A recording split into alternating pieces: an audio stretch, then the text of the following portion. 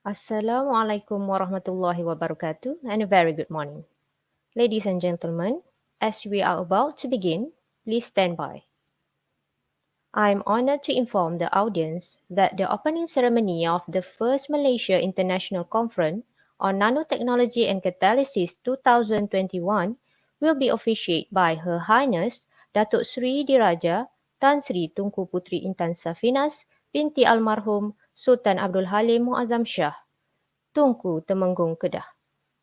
I would like to seek for your kind cooperation to avoid any virtual disturbance during the live broadcast ceremony. If you have any questions, our conference resource personnel are ready to attend you at the reception desk.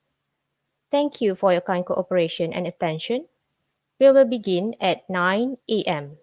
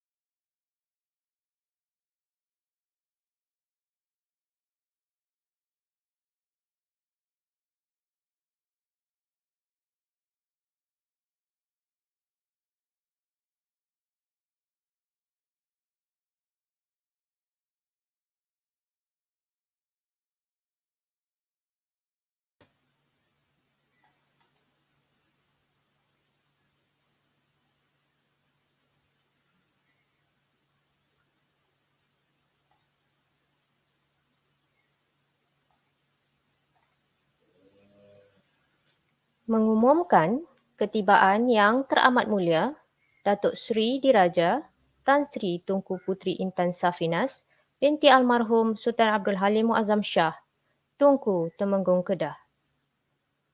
Patik dengan sembah takzimnya ingin memohon perkenan Yang Teramat Mulia Tunku untuk meneruskan majlis dalam bahasa Inggeris.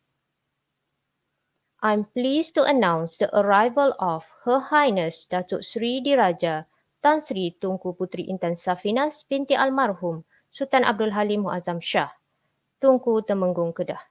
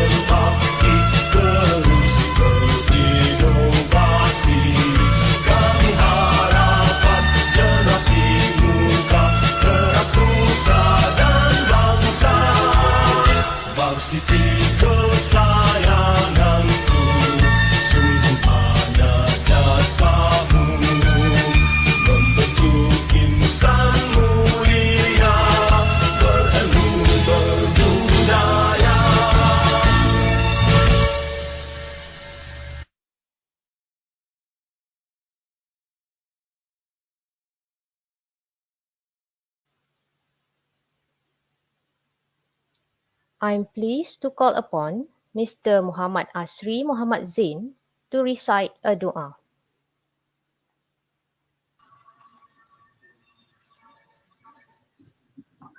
Bismillahirrahmanirrahim. Alhamdulillahirabbil alamin hamdan yuwafi ni'mahu wa yukafi mazidah. Ya Rabbana lak hamdu kama yanbaghi li jalali wajhika 'azimi sultanik.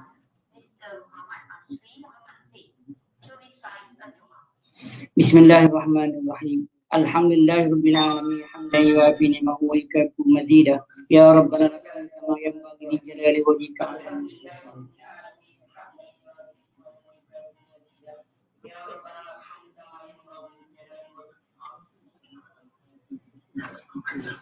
Allahumma salli ala sayyidina Muhammadin fil awwalin wal akhirin.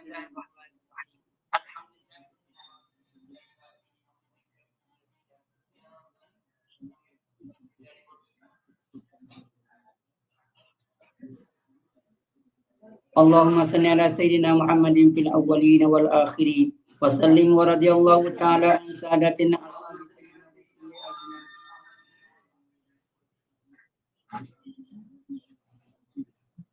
اللهم أخنا بالإيمان واشرنا بالإيمان وأدخلنا جنة الإيمان برحمتك يا أرحم الراحمين.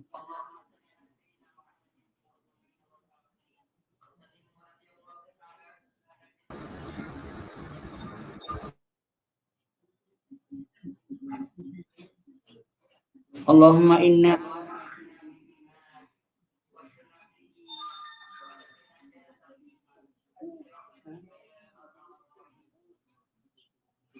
اللهم إنا على ذكرك وشكرك وحسن عبادتك.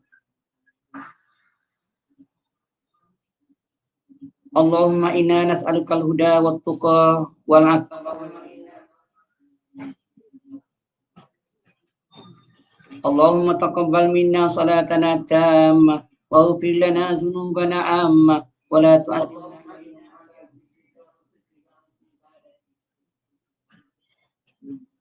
اللهم إنا نسألك الهدى والتقى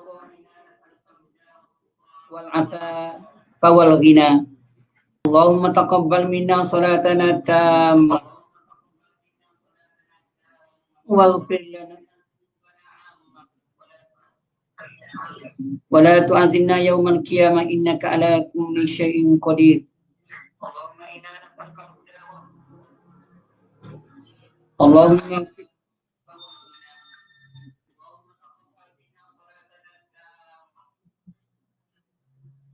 اللهم اللهم اغفر لنا ذنوب لوالدينا وارحمهما كما ربيانا صغيرا.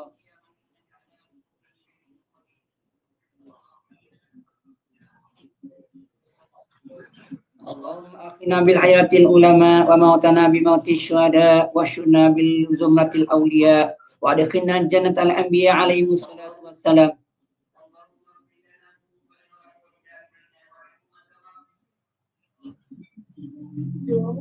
ربنا لا تزغ قلوبنا بعد إذ هديتنا وهب لنا من لدنك رحمة إنك أنت الوهاب.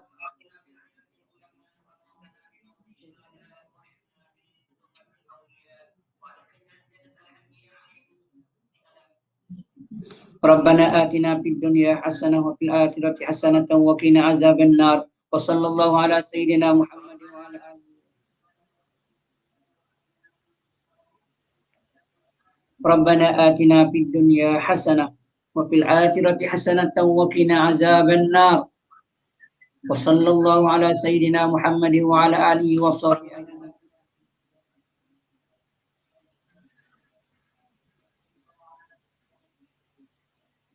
والحمد لله رب العالمين. تقبل الله منكم منا ومنكم.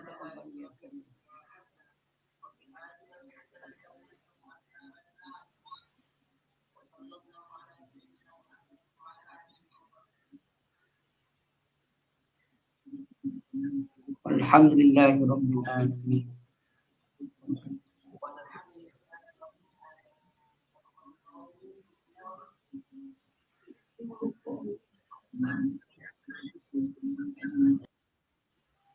Thank you, Mr. Muhammad Asri Muhammad Zain, for the dua recitation. Assalamualaikum warahmatullahi wabarakatuh, and a very good morning to Her Highness Datuk Sri Diraja Tan Sri Tunku Puteri Intan Safinas binti Almarhum Sultan Abdul Halim Muazzam Shah Tunku Temenggung Kedah, His Excellency Cristiano Magipinto, Professor Dr. Nur Saadah Abdul Rahman, Professor Dr. Muhammad Rafi'i Johan, our distinguished guests, speakers, presenters, participants. Ladies and gentlemen, welcome to the opening ceremony of the first Malaysia International Conference on Nanotechnology and Catalysis 2021. Without further ado, I'm honored to invite Professor Dr. Muhammad Rafi'i Johan, the chairman of the first Malaysia International Conference on Nanotechnology and Catalysis 2021, MICNC 2021, to give a welcome remark.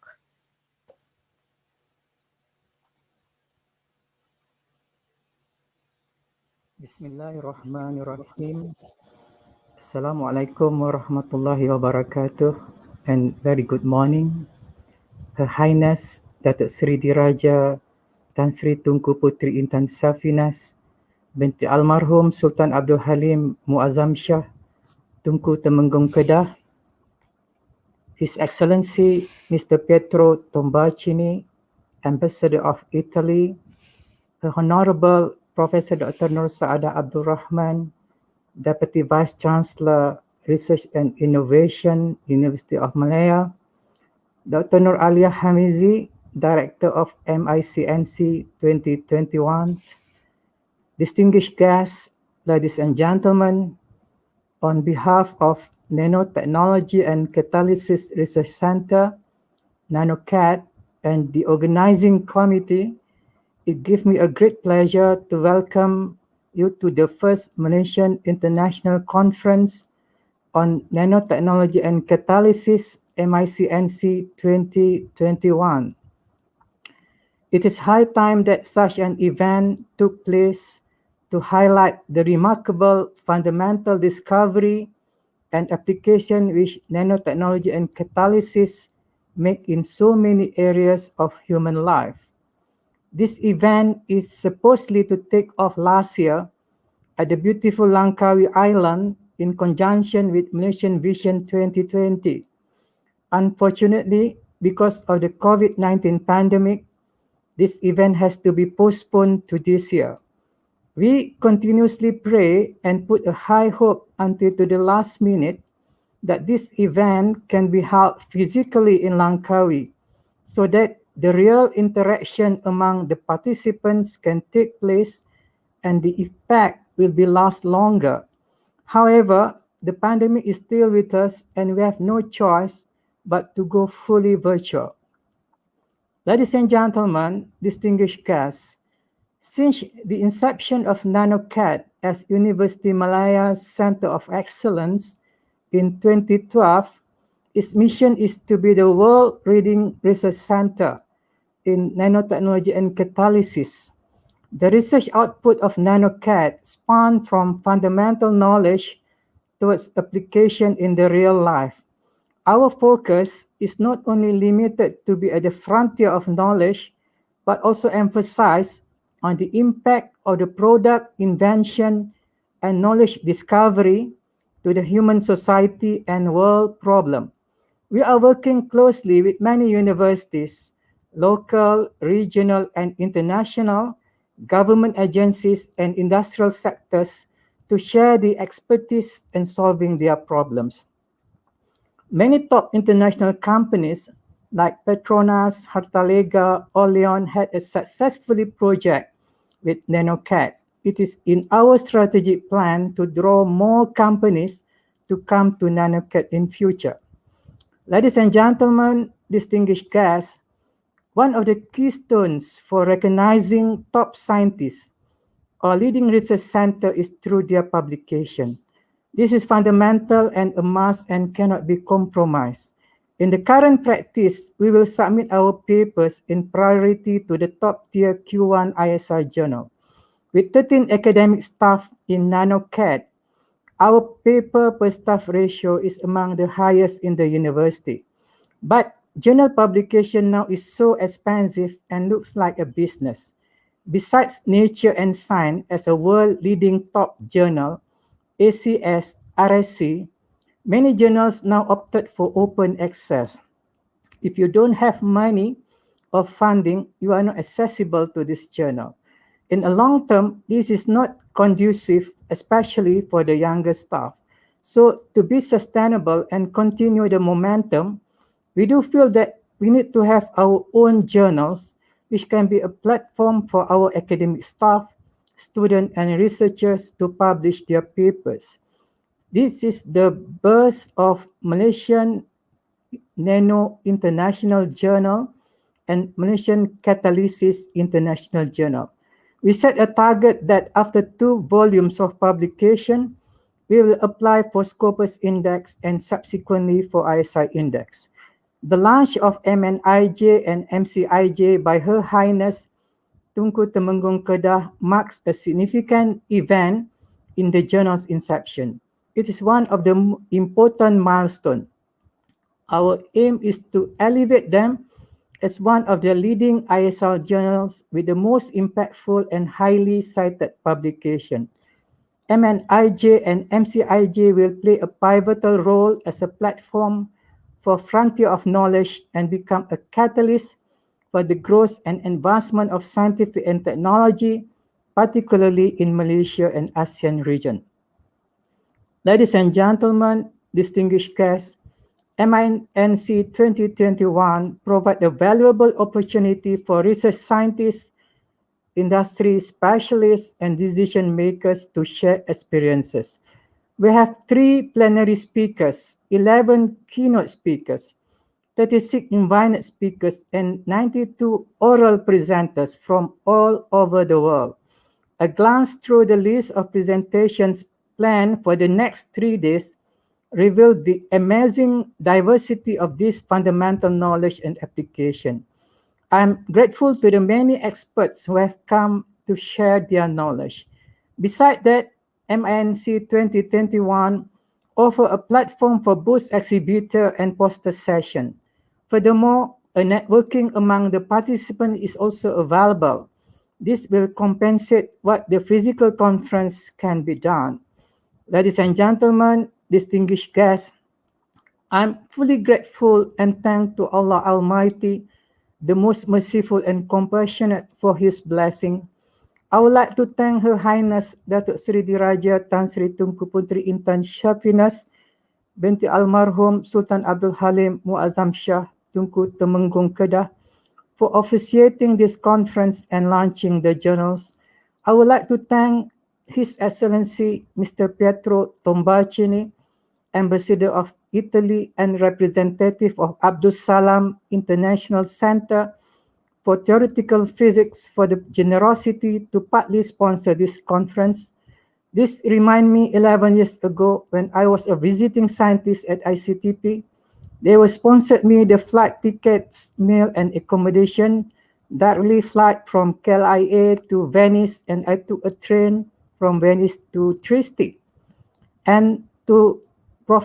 Nur Saada Abdul Rahman, Deputy Vice Chancellor, and also my boss here, I'm very indebted to her for her continuous encouragement, support, advice throughout this conference and my term as a director of NanoCat. And finally, to Dr. Nur Alia and her organizing committee for making this conference as a successful event.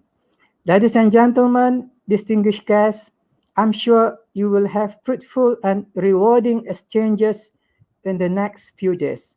I wish you every success with this important conference, and I look forward to learning about the outcome. Thank you very much.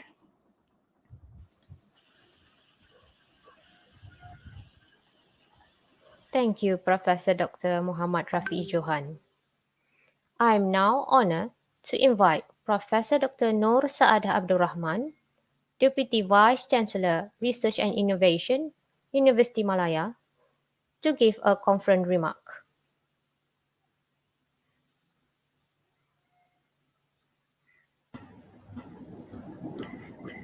Bismillahirrahmanirrahim. Assalamualaikum warahmatullahi wabarakatuh, and a very good morning.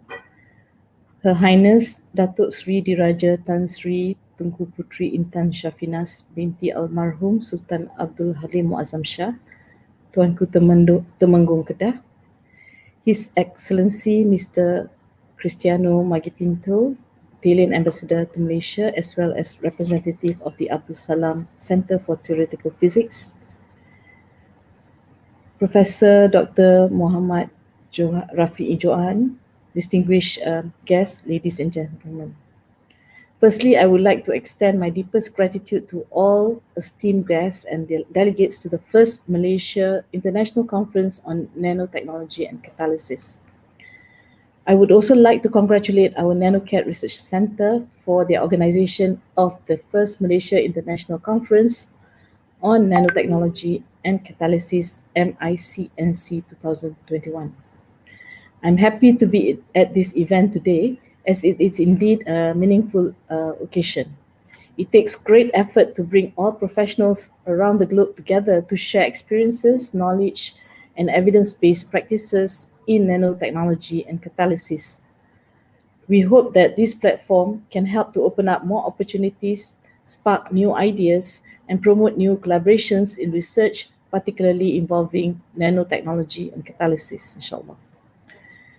The Nanotechnology and Catalysis Research Center, or fondly known as NanoCat in University of Malaya, is one of the five Center of Excellence at the University of Malaya under the purview of the Deputy Vice Chancellor for Research and Innovations Office.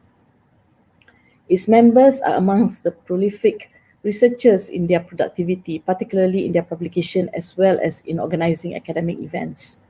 Today, I am proud to see NanoCat achieving another milestone by organizing their first international conference amidst the COVID-19 pandemic. I'm happy to see the efforts put in towards making this conference a reality and a success. Well done, NanoCat, the Director, Professor Dr. Muhammad Rafi Johan, and his dedicated organizing committee.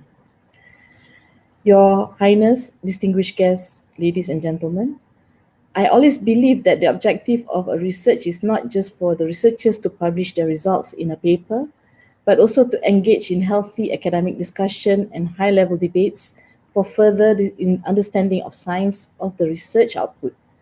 Lively discussion among scientists can often spark new ideas, help to refine existing concepts and our thoughts on some key issues within our research areas. Conferences and seminars are great platforms for such discussion where we often obtain feedback on our work while at the same time getting to know other scientists working within our area. It is also a great opportunity to practice our presentation and communication skills. In conference, you can meet your academic heroes as well and probably get them to comment on your research work. At the end of the day, your research output will hopefully become more valuable and beneficial when shared and communicated with others. Your Highness, distinguished guests, ladies and gentlemen, nowadays, nanotechnology play a very central role in many academic research and industrial applications. Nanoscience is considered one of the key technology of the 21st century. An indicator for this tremendous research interest in the field is the annual number of the publication on nanotechnology, which is rising dramatically. In industries, the importance of nanotechnology and nanocatalysis is clearly reflected by the increasing number of nanocatalysis-related patents and products on the market. The current nanocatalysis research in academic and industrial laboratories will therefore remain as an important application in the industry in the future to generate wealth for the nation.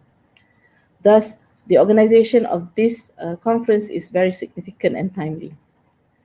Your Highness, distinguished guests, ladies and gentlemen, I would like once again to thank everyone for joining this conference.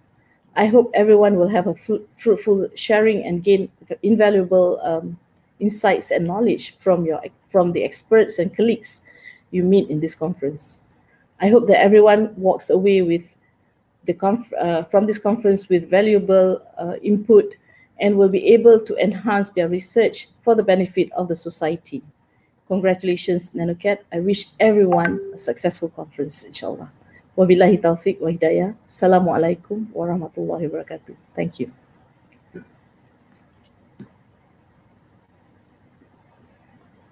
Thank you, Professor Dr. Noor Saada Abdul Rahman.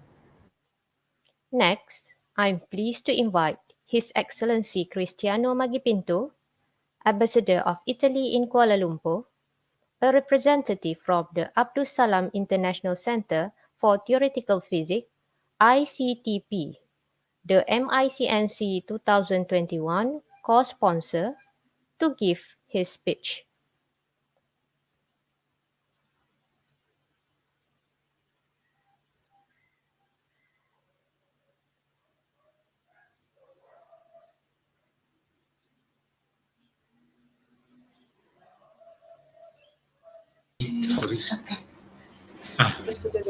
Sì.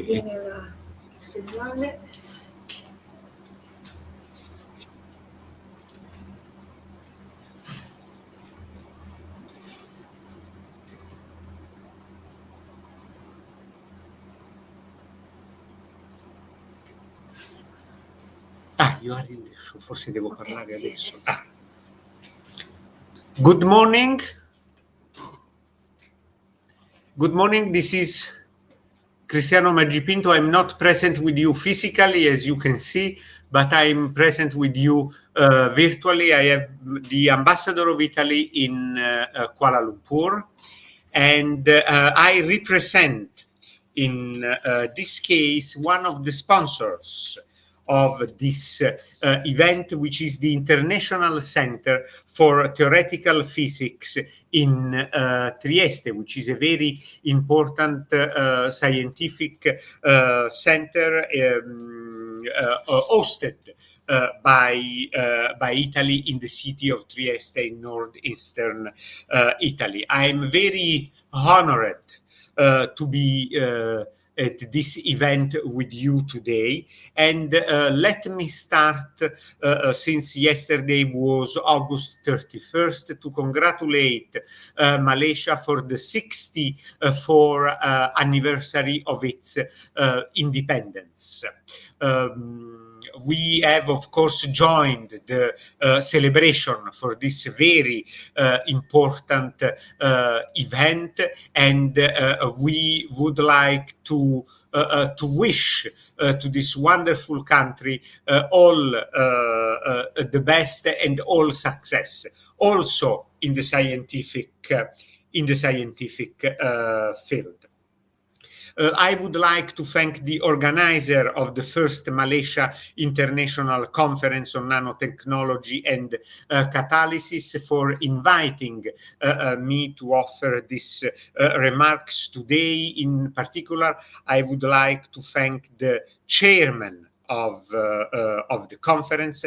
I would like to thank the Deputy Vice Chancellor of the University, Malaya, and I would recognize the presence of Her Highness Dato Seri Diraja Tansri Tengku Puteri Intan Safinas Binti Aimarum Sultan Abdul Alim Muazdam Shah at this conference, who will officiate the opening of it. Thank you very much for being for officiating the opening of this conference.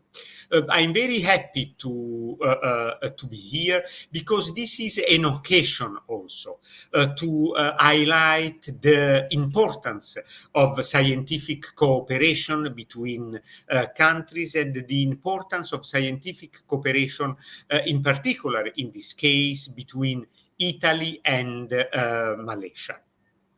I would like to point out that this scientific cooperation has increased very much in this last year and a half because of the pandemic, of course, because there have been exchanges in the medical field between Italy and Malaysia. In April 2020, so at the beginning of the pandemic, Italy and Malaysia, together with other ASEAN countries, held consultations about different aspects of the propagation and the contagion of the virus, which have led in the months after to the exchange of best practices in the treatment, in the targeting of in the treatment of the virus, and in the targeting of the contagions.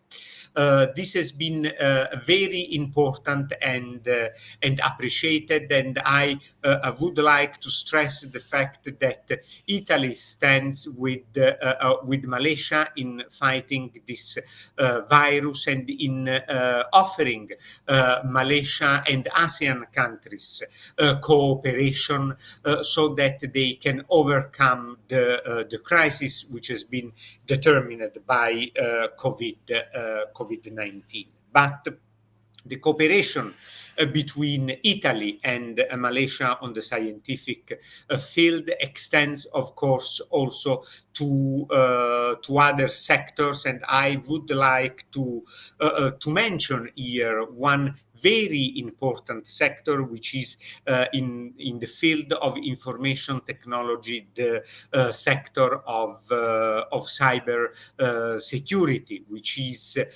as you can understand, an essential sector in this world in which information technology, cyber technologies are gaining more and more foot in our lives, are expanding their presence in our lives, also as a consequence of the pandemic. The fact that we are all talking today virtually is a sign of this, and we need, of course, to protect ourselves from the threats that can disrupt the due course, I would say, of our information technological systems. So we held last April a joint seminar between the Malaysian cybersecurity authorities and the Italian authorities about this.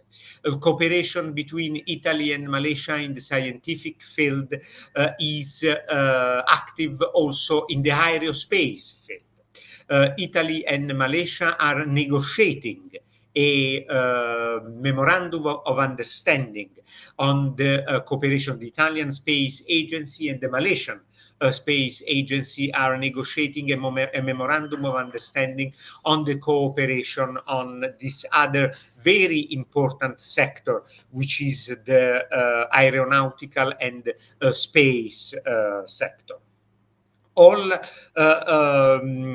this, of course, leads us to the issue of this conference, to the theme of this conference, which is nanotechnology. Italy is a lead country in leader country in nanotechnology. We have researchers, not only important researchers, not only in Italy but all over the world, especially, for example, in the United States. And Professor Mauro Ferrari, one of the most important nanotechnology expert and scientist in the field of nanotechnology, who is Italian, works, for example, in the United States. So Italy is present at the global level in the field of nanotechnology. And we do hope that this conference will be also will work, I would say, as a catalyst in order to create momentum for cooperation between Italy and Malaysia in also in this very important field.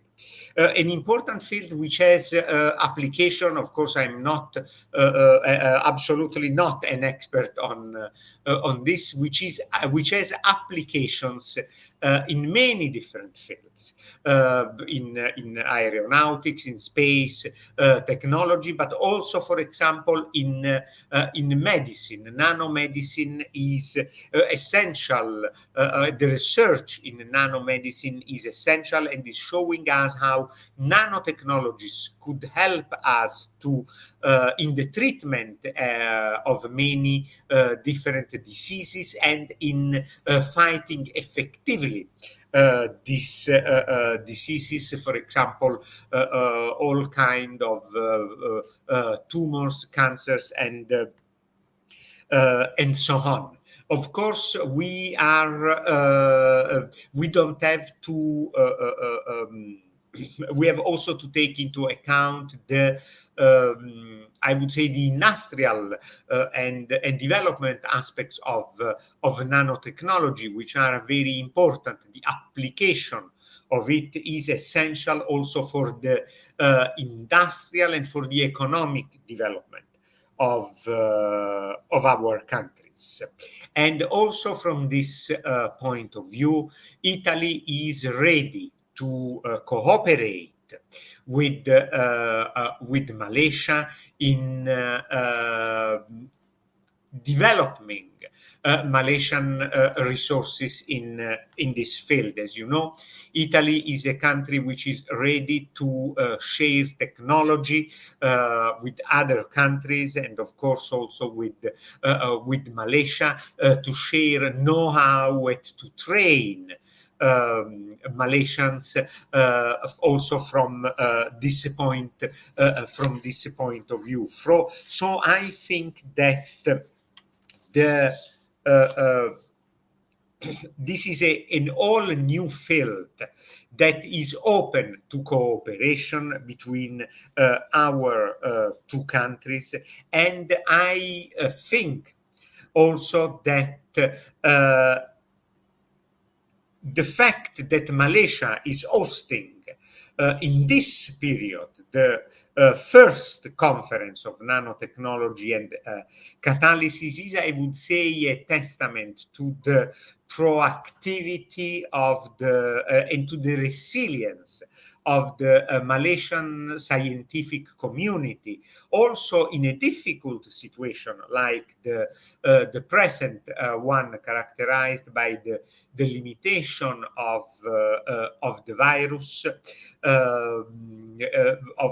I was saying a testament to the capability and to the resilience of the Malaysian scientific community to look forward and to see, I would say, which are the sectors of the future, and to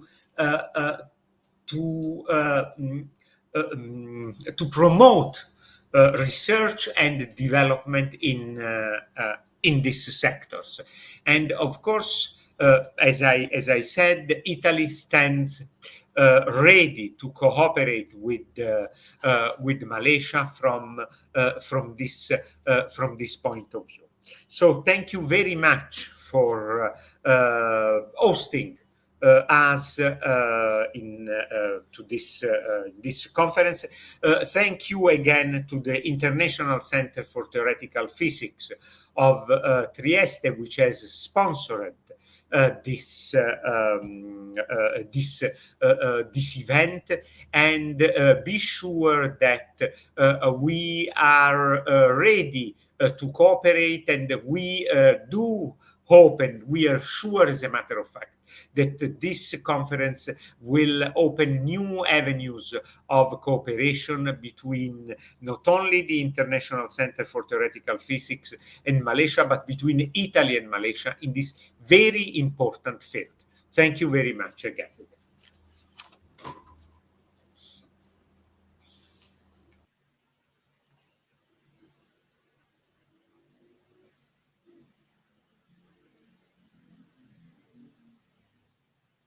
Thank you, His Excellency Cristiano Magipinto.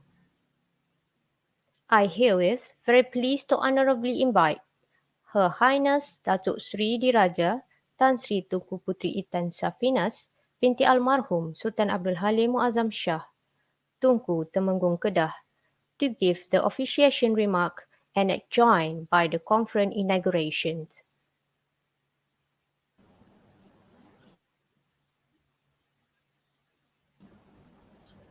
Thank you very much.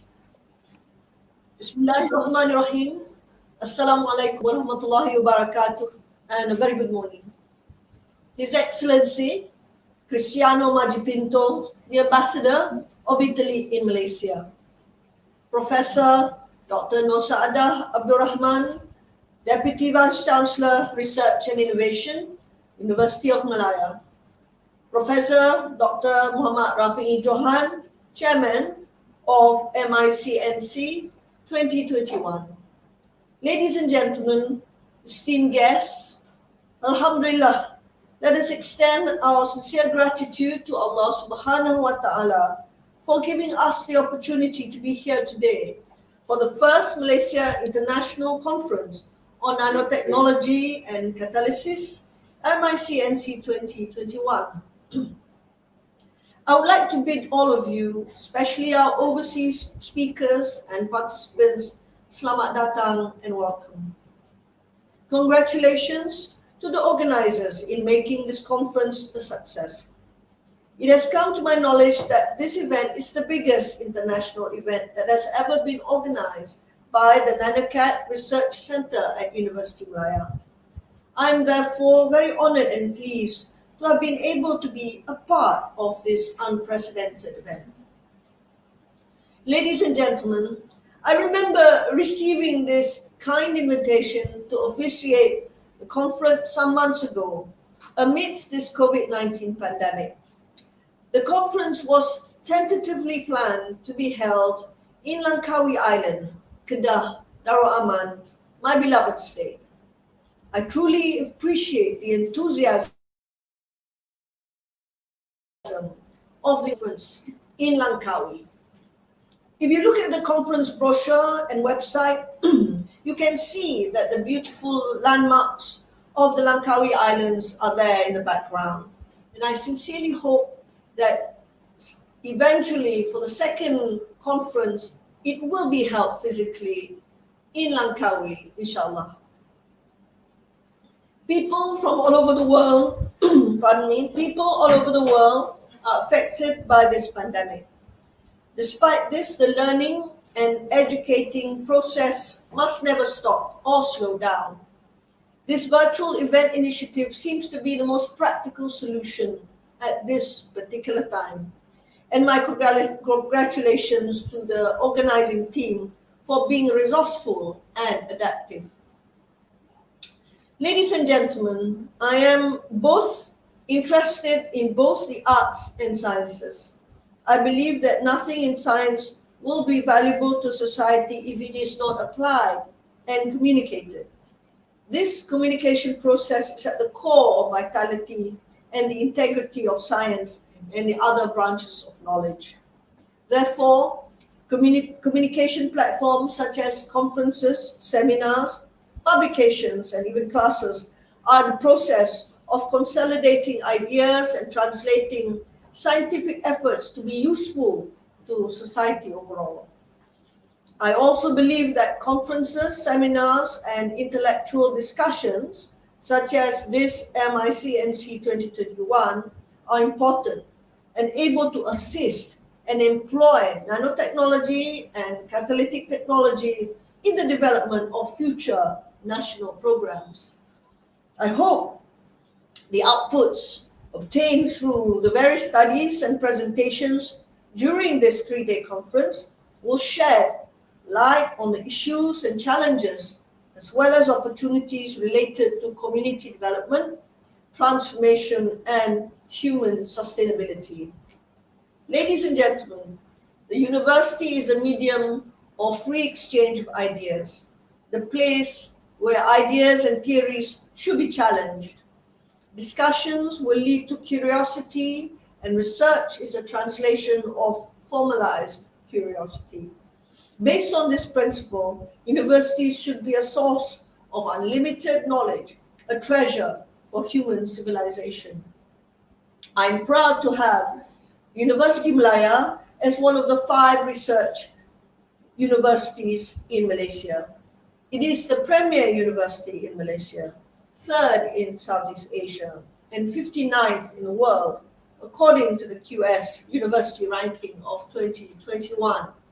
It has played a role as a catalyst for scientific advancement in Malaysia for several decades. Malaya will continue to flourish and nurture research and the transfer of knowledge through events such as this conference. Nanotechnology and catalysis are among the important branches of research now and in the future, as mentioned by the ambassador just recently. The integration of nano and catalysis technologies are found to be typical and yet crucial in many technological advancement processes.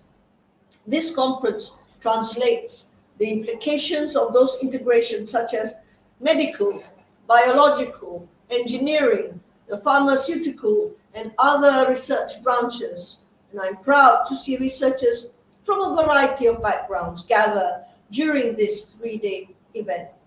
And I hope that everyone can leverage as much as they can from the experts in their field during the plenary keynote sessions and lectures.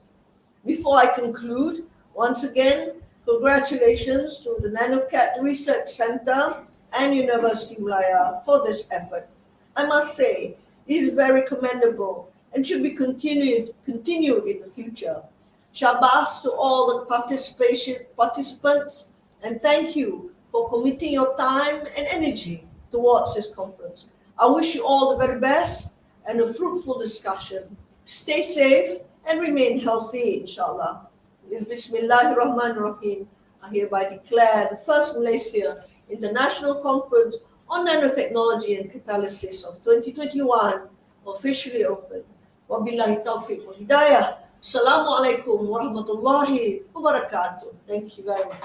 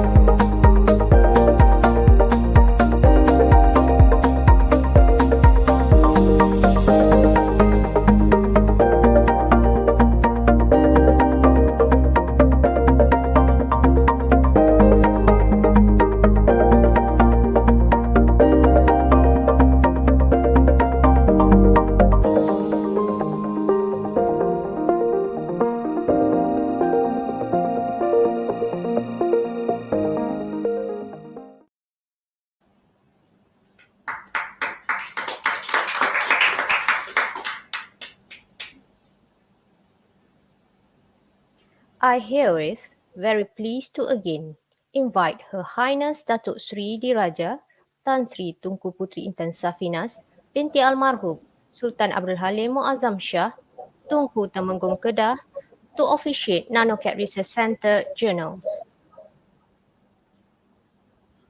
Thank you very much. It is with great honor and with Bismillahirrahmanirrahim, I hereby declare the Malaysian Catalysis and International Journal MCIJ and the Malaysian Nano and International Journal MNIJ officially launched. Wabillahi taufiq wal hidayah. Assalamualaikum warahmatullahi wabarakatuh. Thank you very much.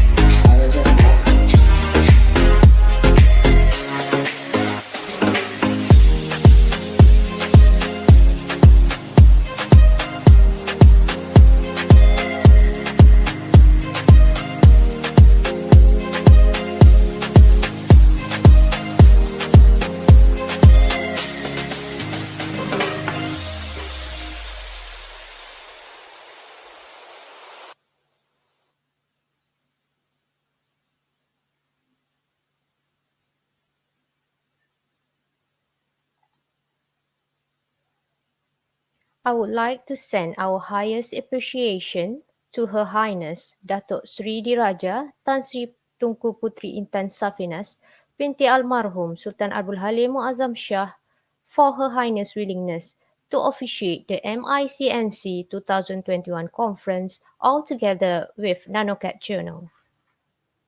Ladies and gentlemen, to vibrant the ceremony, I am pleased to invite Madam L. Zain Haider Zainuddin to present the instrumental show of Senyumlah Kuala Lumpur and Itulah Sayang song.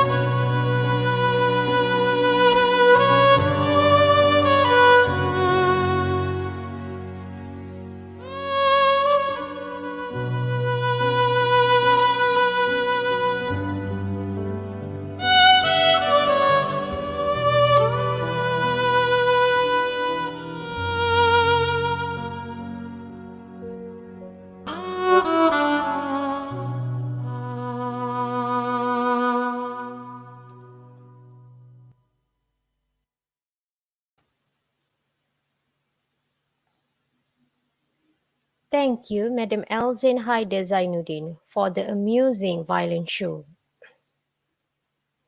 I am now inviting Professor Dr. Muhammad Rafi'i Johan, the Chairman of MICNC 2021, to present the token of appreciation as a symbolic act to Her Highness Datuk Sri Diraja Tan Sri Tunku Puteri Intan Safinas binti Almarhum Sultan Abdul Halim Muazzam Shah, His Excellency Cristiano Magipinto, and Professor Nur Saadah Abdul Rahman.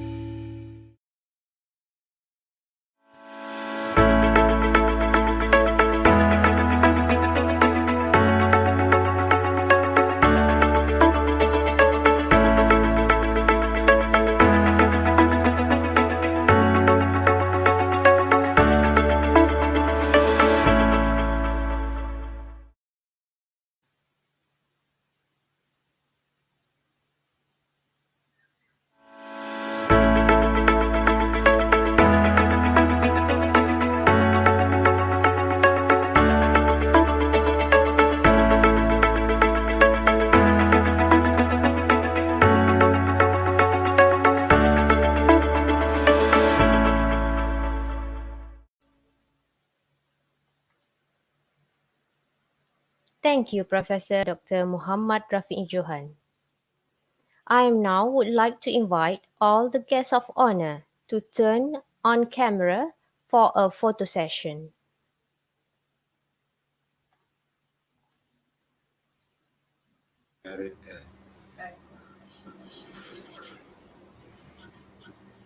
In the count of 3, we smile to the camera.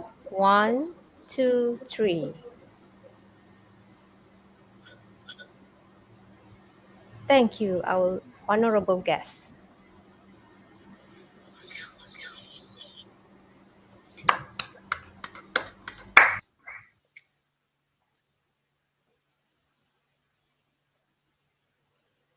Mengumumkan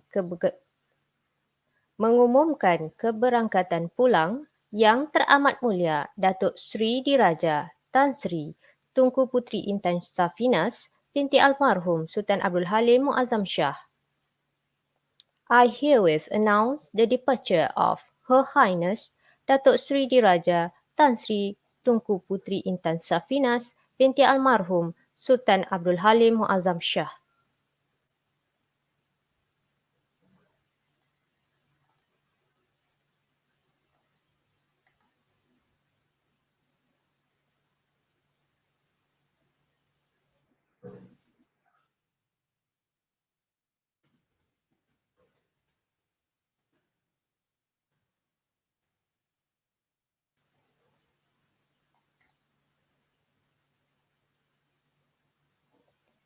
Ladies and gentlemen, with this, I am honored to officially start the MICNC 2021 conference by inviting Professor Dr. Jackie Ying, the A-Star Senior Fellow and Director of Nanobiolab NBL Singapore, to give her plenary speech on nanomaterials and nanosystem for catalytic, energy, and biomedical application. Before I pass the stage to Professor Dr. Jackie Ying, I would like to notify the audience that you can channel your question into the chat box. Your question will be raised in the Q&A session afterwards. I am now pass the stage over to Professor Dr. Jackie Ying.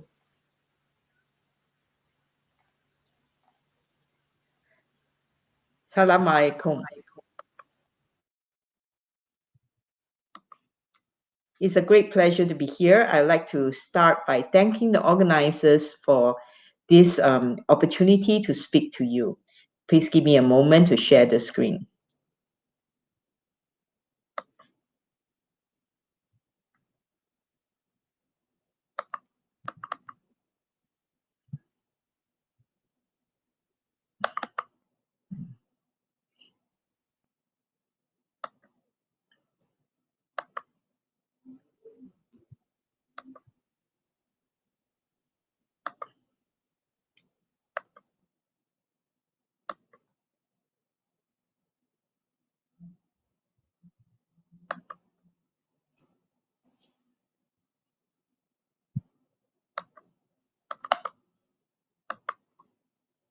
Can you see the screen?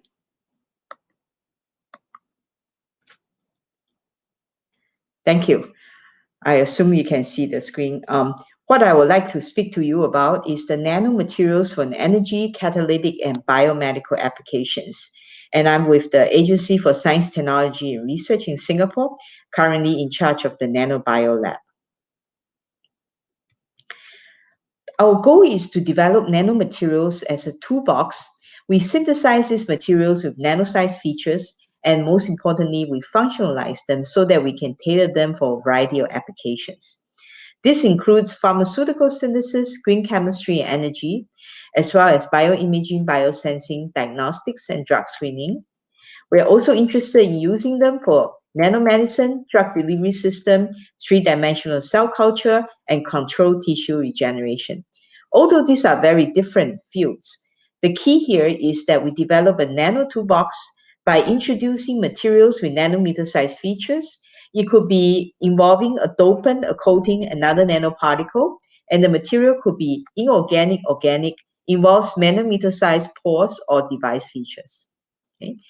So I would like to start by describing one of the example using this nanomaterial for lithium-ion batteries. For lithium-ion batteries, basically what we are trying to do is to introduce energy storage with the use of a cathode and anode material. So the high power density, which is important for fast charging rate, it needs to have good cyclability, has to have high energy density, high capacity. So in this graph here, we can see that materials with high operating voltage are used for cathode materials. For example, lithium iron phosphate material. It has a very high capacity, close to 200 mAh per gram. But this still falls short of what we would like to have. On the other hand, graphite has a higher capacity than lithium iron phosphate, but graphite operates at a low voltage, and these are typical for anode materials. What we would like to do is to develop new materials for cathode and anode. For today's presentation, I will focus on the anode material. For anode material, we are interested in developing a nano sheet of metal oxide instead of using nanosheets of carbon, such as graphite or graphene. So nanosheets have attracted a lot of attention in energy storage in photocatalysis, sensors, and catalysis. They help to buffer the volume change that accompanies electrocycling.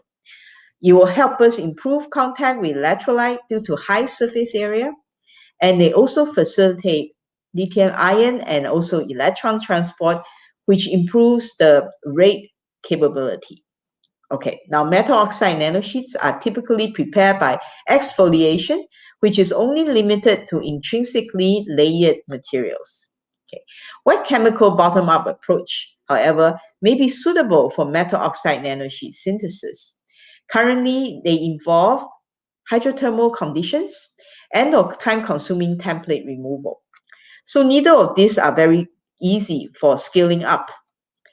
What we would like to do is to go beyond those few metal oxide nanosheets that are reported in literature by developing a facile, generalized, and scalable synthesis of a wide variety of metal oxide nanosheets.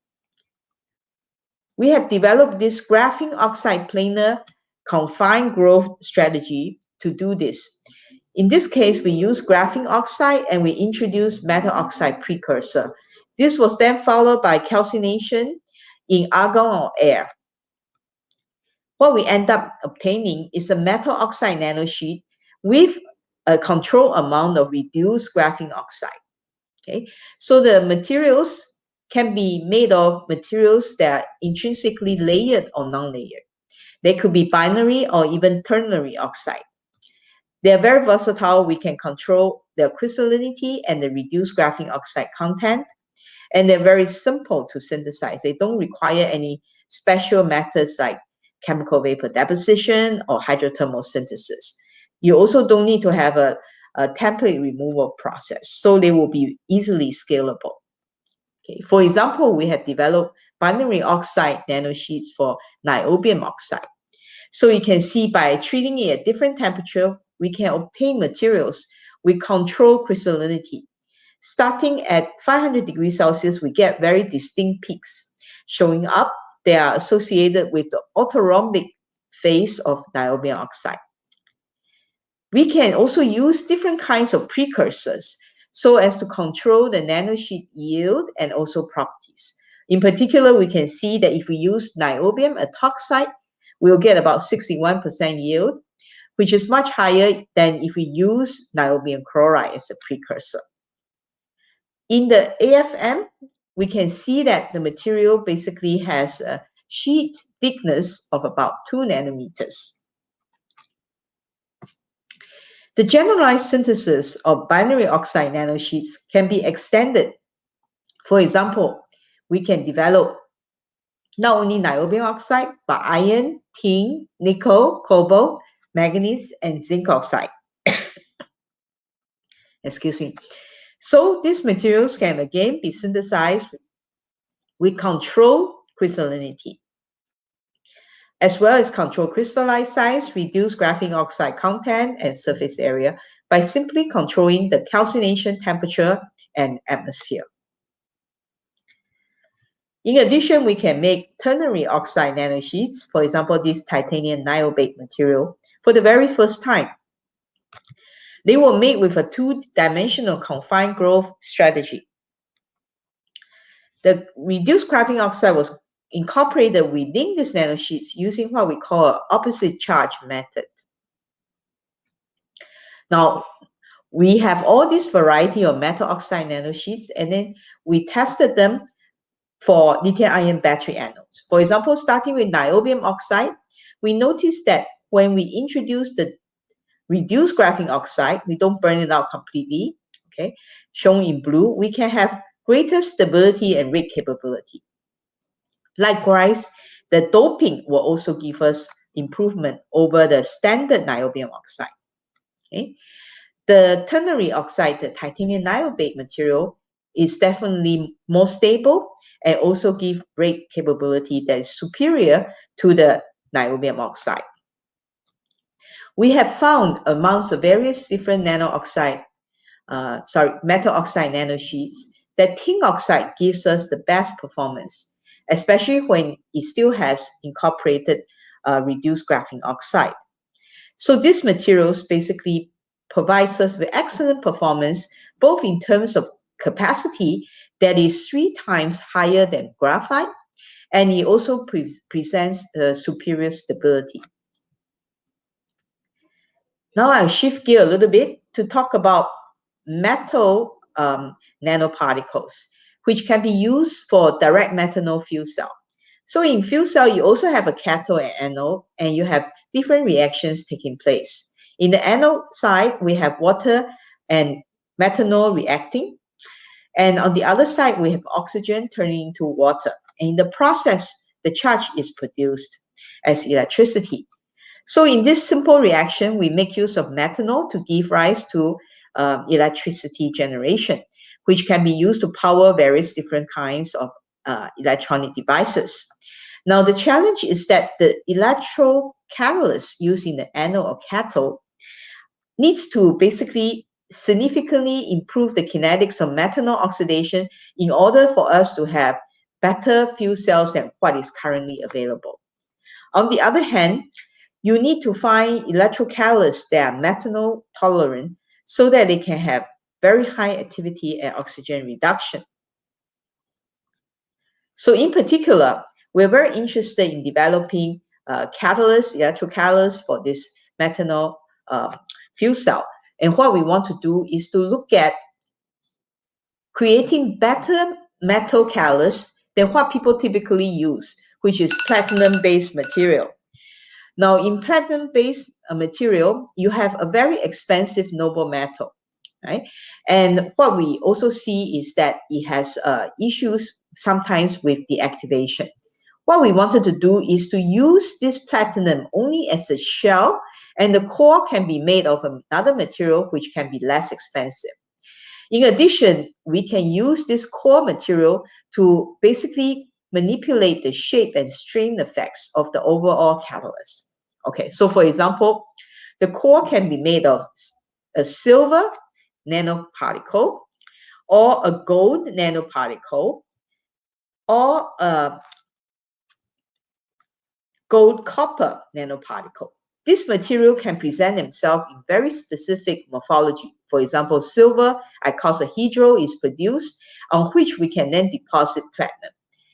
Likewise, gold can be made as a decahedral, and this gold copper material is formed as a slightly elongated material. We just call it nanorod. Now, when platinum is deposited onto them, there will be an increase in the dimension of the overall particle. But basically, we still maintain the morphology of this material that was presented and imposed by the core particle. So here we can see, silver particles with platinum shell, gold particles with a platinum shell, and lastly, gold copper nanorods with a platinum shell. Okay. Now, these materials can also be coated with various different kinds of platinum-based alloys. Okay, and what we see here is that depending on what we use as the core or the shell, we can impose interesting strain effects. For example, if the core is made of silver, which has a largest lattice parameter than platinum, the core will exert a high tensile strain on the platinum. Okay. On the other hand, in the X-ray diffraction pattern, we can see that if the core is made of gold, gold has, again, a larger lattice parameter than platinum, but not as large as silver. So it will give rise to a moderate tensile strain on the platinum. On the other hand, if you have gold copper nanoparticles, you will exert a low compressive strain on the platinum, and this is because gold copper has a smaller lattice parameter than platinum. Okay, so using this approach, we can generate materials with different morphological effects and also different strain effects. And this turns out to be very important for optimizing the methanol oxidation reaction for the fuel cell. So we see, for example, the methanol oxidation reaction activity is much higher when the core is made of gold copper, shown in blue, than when it's made of core of gold, which is shown in red, than silver, which is shown in black. Now, the much higher activity is achieved with gold copper as a core particle than even ruthenium platinum material.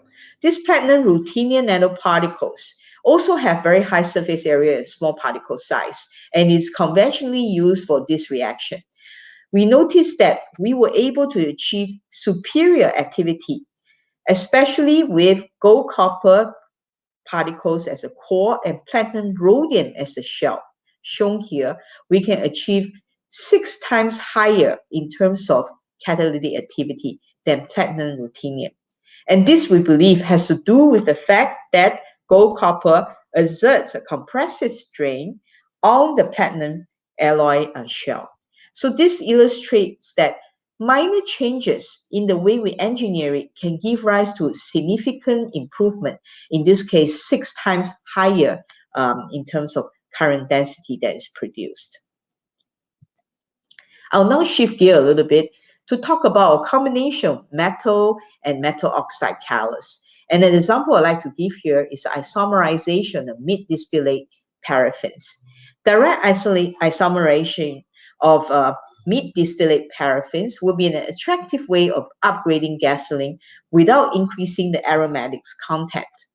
So this is a very important petroleum refining process. The goal, obviously, is to form highly branched isomers with very high octane numbers so that we can avoid the use of aromatics additives when we want to achieve high octane numbers. And this is because those aromatics are known to be carcinogenic.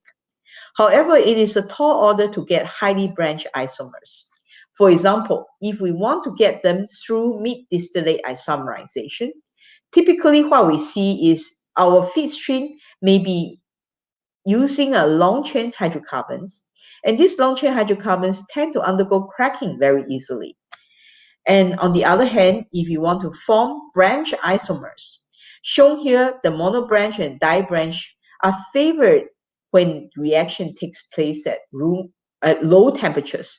But in those low temperatures, the reaction is kinetically limited. So this is the challenge and why it is so important to try to develop a catalyst that will allow us to work really well at low temperatures. Okay, so let's take a mid-distillate isomerization such as N-heptane. We use N-heptane because N-heptane basically has 0 octane number, and if we can improve them by, in terms of octane number by isomerization, that would be of great value. Okay, so we believe for this reaction, the rate limiting step may be hydrogen transfer instead of acidic reaction. So this is very important because acidic reaction can give rise to other issues like cracking and deactivation. What we want to boost is hydrogen transfer. We feel that we can do so by using a nanocomposite processing. In other words, we want to have very high dispersion of multiple components. For example, platinum, which will give rise to hydrogen transfer, and tungstate, which will give rise to acidic sites. And then we also have this zirconia system, which is aluminum doped. We believe this will help us boost the hydrogen transfer of the overall system. But what is key here is that we need to have very high and uniform dispersion of the different components as well as the aluminum dopant in zirconia. Okay, so what we see here is that if you use platinum on beta, this is very commonly used for isomerization, a beta zeolite. So we get catalyst activity that's shown here as the triangle. Okay, and if we use a platinum tungstate zirconia, a much lower catalyst activity is achieved. Okay, now when we use platinum tungstate with the aluminum doped zirconia and process this as a nanocomposite with very high conversion, very high dispersion, we can improve the activity by 6 times. Why is this the case? This is the case because we can see in temperature programmed desorption of hydrogen by using aluminum substitution in the zirconia lattice, we had significant improved hydrogen spillover effect. Okay, in fact, the enhanced hydrogen spillover basically will help us improve the overall isomerization activity, especially at low temperature. This is illustrated here because we can see hydrogen desorption can take place at temperatures as low as 100 degrees Celsius, where else in a typical platinum tungstated zirconia, you will need to go above 200 degrees Celsius for hydrogen to dissolve. Now, when we conduct isomerization of heptane over this catalyst, what we see is at 200 degrees Celsius, we can get very high activity. At 80% isomerization selectivity, we were able to achieve 80% conversion. Okay, and at the same time for this 80% selectivity, we were able to achieve very good isomerization with 33% multi-branch isomers. Okay, so this is very attractive. Now, if we want to get even better isomerization, we need to go to lower temperatures. But by just doing this thing at 200 degrees Celsius, we were able to boost the octane number from 0 to 40. Now, when we go to even a lower temperature, 150 degrees Celsius, obviously the activity is not as high. However, we can get even better conversion for a given isomerization selectivity of 80%. Okay, for 80% isomerization selectivity, we were able to achieve 90% conversion. And corresponding to this is 47% multi-branch isomerization. So this is really significant. We were able to improve the octane number from 0 to 51 by doing this reaction at a low temperature of 150 degrees Celsius, enabled by using a nanocomposite catalyst. Okay. Now, when we do isomerization of a simulated light reformate feedstock that contains various different components at 150 degrees Celsius, what we see is that the nanocomposite catalyst can convert all the components of the light reformate, including the aromatics, benzene, and cyclohexane. Okay. We also noticed that basically they were not deactivated by the presence of these aromatics, and only less than 1% loss attributed to cracking. So this is a very selected reaction and has minimal deactivation. The overall octane number of the feedstock was increased by 13 with this simulated light raffinate feedstock using this nanocomposite catalyst. Okay. Now I want to shift gear a little bit to talk about nanoparticles of organic materials as catalysts. In particular, we have done some work on N-heterocyclic carbenes. These catalysts have been of a lot of interest because they are very useful ligands for transition metals. They are similar to electron-rich organophosphates, and they have excellent signal donating properties. Okay. Now, because I'm a chemical engineer, we love to use heterogeneous catalysts. So we thought of how to heterogenize these carbene catalysts. We want to turn them into versatile main chain polymers. And as a result, we can then turn them into particles and recycle and reuse them easily instead of using them as an organocatalyst. Okay, so we can see here the main reaction basically involves linker groups R1 and R2. Okay, so we can achieve very high catalyst loading by turning them into a main chain polymer. They also have very high stability as a polymeric particle, and they can be easily synthesized. And by making these particles heterogeneous, we can easily recycle and reuse them. So the key for this synthesis is to start out with imidazonium building blocks and use the linker group R1 and R2. So if we use this kind of linker groups, what we see is that we get materials that are not very well defined in particle shape and size. As soon as we introduce a 2,4,6 tris bromometal mesacetylene linker, shown here as R2, we were able to obtain very robust network polymer particles illustrated here. Okay, and these particles are about sub-micron in dimension. Now, if both R1 and R2 linker group are this tris bromometal mesacetylene linker, we can get materials very interesting morphology. Now, the imidazole can be achiral or chiral, and if you use a chiral building block, you will end up with a chiral polymer. So this is a very versatile chemistry. We can control the particle size, for example, throwing in this terminating group. We can limit the reaction so that we get nanoparticles instead of micron size or sub-micron size particles. Okay, this will give rise to even higher surface area. We can also start out by making a polyimidazonium ionic solid particles by our synthesis, right? And then by reduction, we can obtain a polycarbene particles. And then by introducing the metal ligands, we can get a polyorganometallic particles. In this entire process, what we are changing is the functionalization within the polymeric particles. We don't really change the particle size and shape. Okay?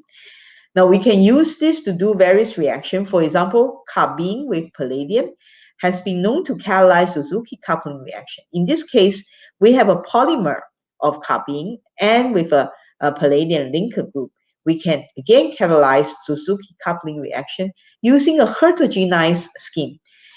For example, we have aryl halide reacting with phenylboronic acid. Okay, it works for iodides, bromides, and also chlorides. Is one of the most powerful heterogeneous Suzuki coupling reaction catalysts. In addition, we can use them to do biomass conversion. We see that fructose and glucose can be converted to 5-hydroxymethylfurfural using our metal carbene catalyst illustrated here. We have demonstrated the highest yield of HMF to date. Okay, we achieved more than 95% from fructose and more than 80% from glucose. This is superior to what was achieved by Domestic's group, who have used the metal chloride ionic liquid system. Okay, their yield was 83% for fructose and 68% for glucose. In addition, I should emphasize, not only do we achieve higher yield, we were able to obtain pure products at low temperatures of 80 to 100 degrees Celsius. In addition to biomass conversion, we have also used this carbene catalyst for conversion of greenhouse gas. So, for example, everybody know that CO2 is causing a lot of problem with global warming. Ideally, we not only want to store CO2, we want to actually convert it to something that can be more useful.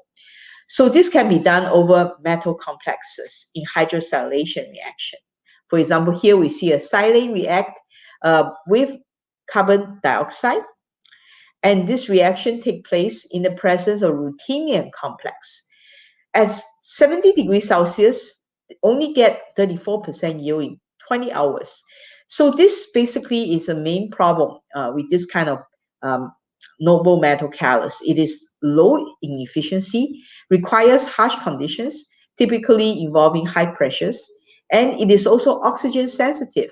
And so this is a major issue because when we see CO2, usually there will be oxygen present unless you have a very expensive separation process.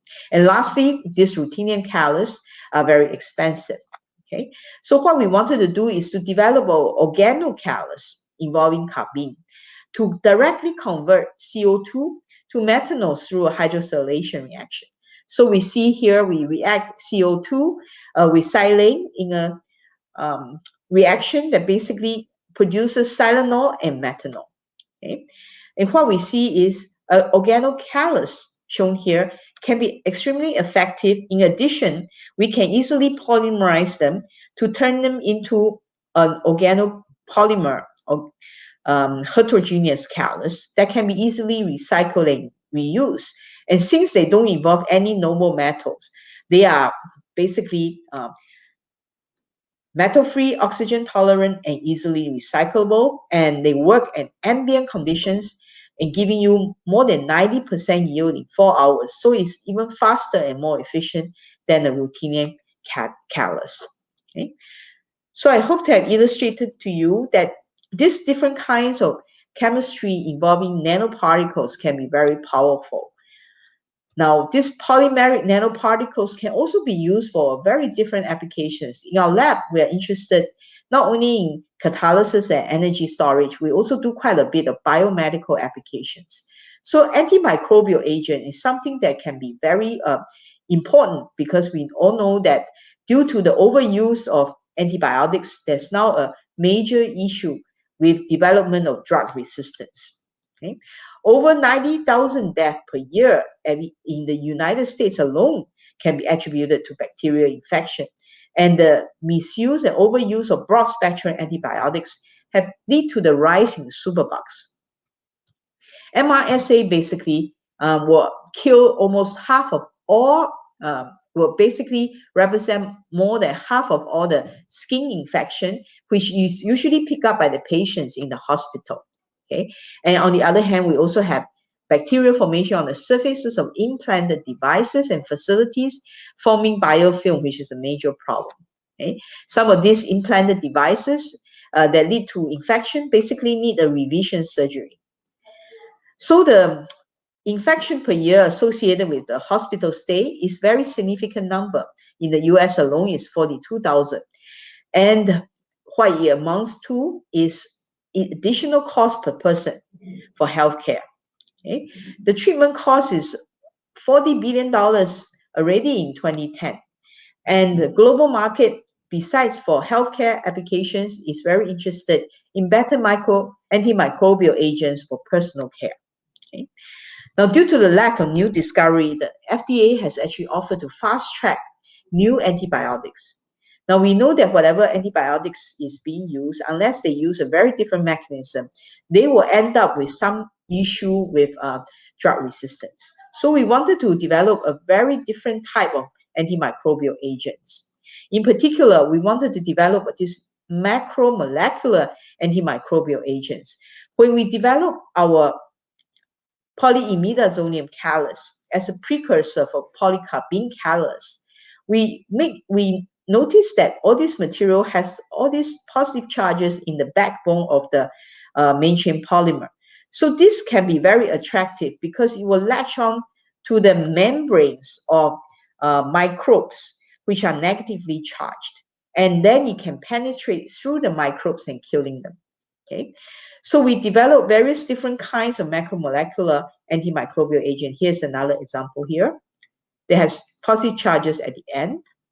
And then we use our polyimidazonium salt as an antimicrobial agent to basically kill different kinds of microbe.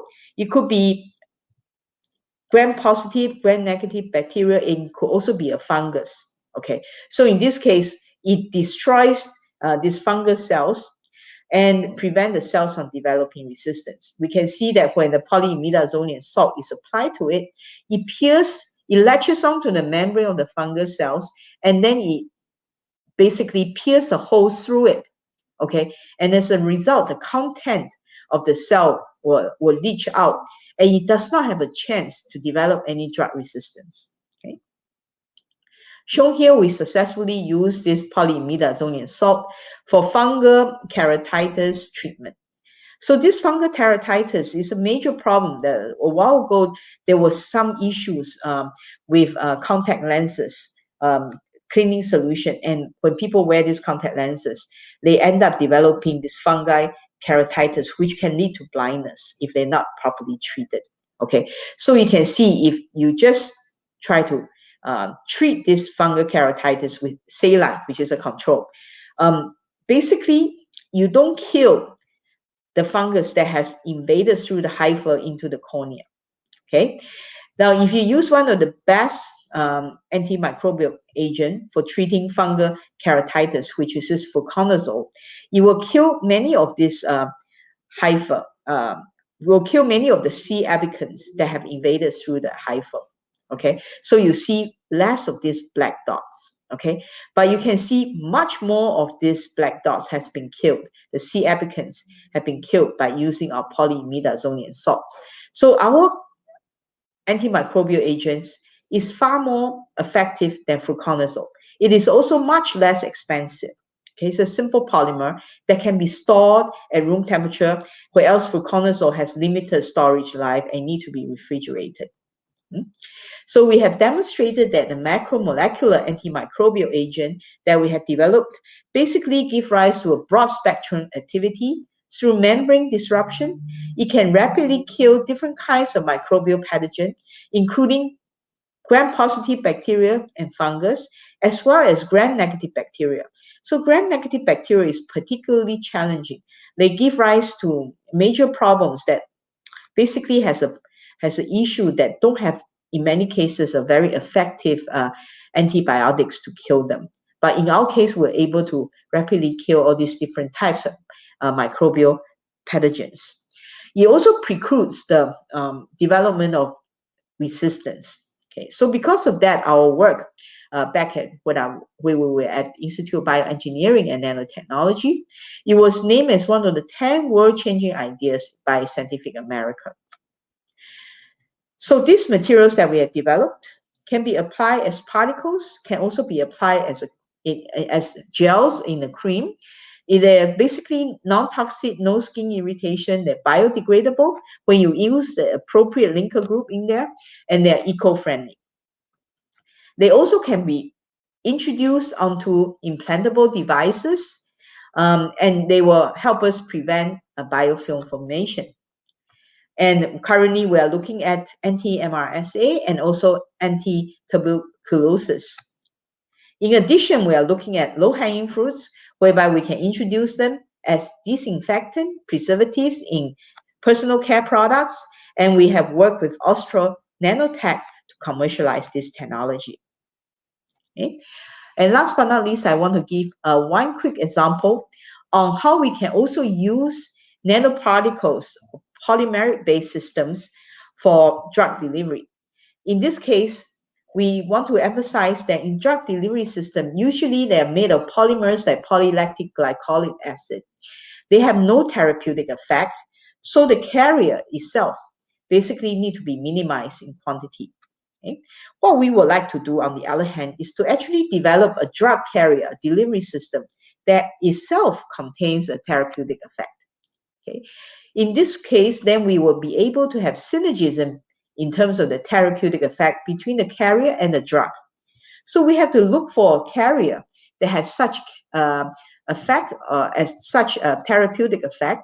We pick basically EGCG, which is a major component of green tea. So many people in East Asia like to drink green tea.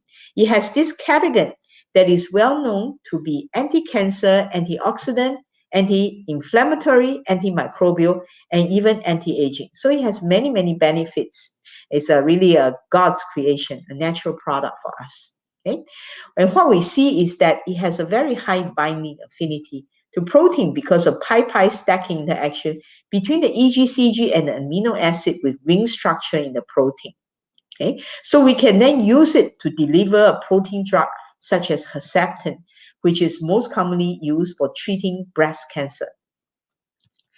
Before we can use this EGCG as a drug carrier, we need to formulate them into a micellar nanocomplex. So this is made of two components. One is the oligomer, which has molecular weight about 3,300. The other one is to basically introduce polyethylene glycol to a dimer of EGCG. Okay? So when we want to wrap this EGCG nanocomplex around this therapeutic protein, we have a two-step self-assembly process. In the first step, we introduce the oligomeric EGCG. We use the oligomer because it has a greater inhibition of cancer cell growth than the monomeric EGCG. Then secondly, it binds to protein and stabilizes micelle formation. Okay? Now, the second component, as I mentioned, is the pegylated EGCG. Now, this polyethylene glycol is basically the shell in a nanocomplex. It allows us to have a much longer circulation for this delivery system than instead of rapid renal clearance. I think those of you familiar with the Moderna and Pfizer BioNTech vaccine for COVID-19, notice that they use polyethylene glycol outside as a shell for the lipid nanoparticles for the delivery of the mRNA vaccine, right? For a very similar reason, this polyethylene glycol allows us to have a much longer circulation in the bloodstream. Okay? So in this two-step assembly, we mix the therapeutic protein with the oligomer, and then we introduce the pegylated EGCG. Okay, what we form is a green tea micellar complex around this protein therapeutics, and it basically is giving rise to a nanocomplex that is about 150 nanometers, and it protects the proteins from proteolysis and also give a passive tumor targeting effect. Okay, how this works is that these very small particles will be in circulation inside the bloodstream, and it will preferentially end up on the leaky vasculature associated with tumor. So this tumor basically has the blood vessels that has little gaps in them, unlike a healthy blood vessel.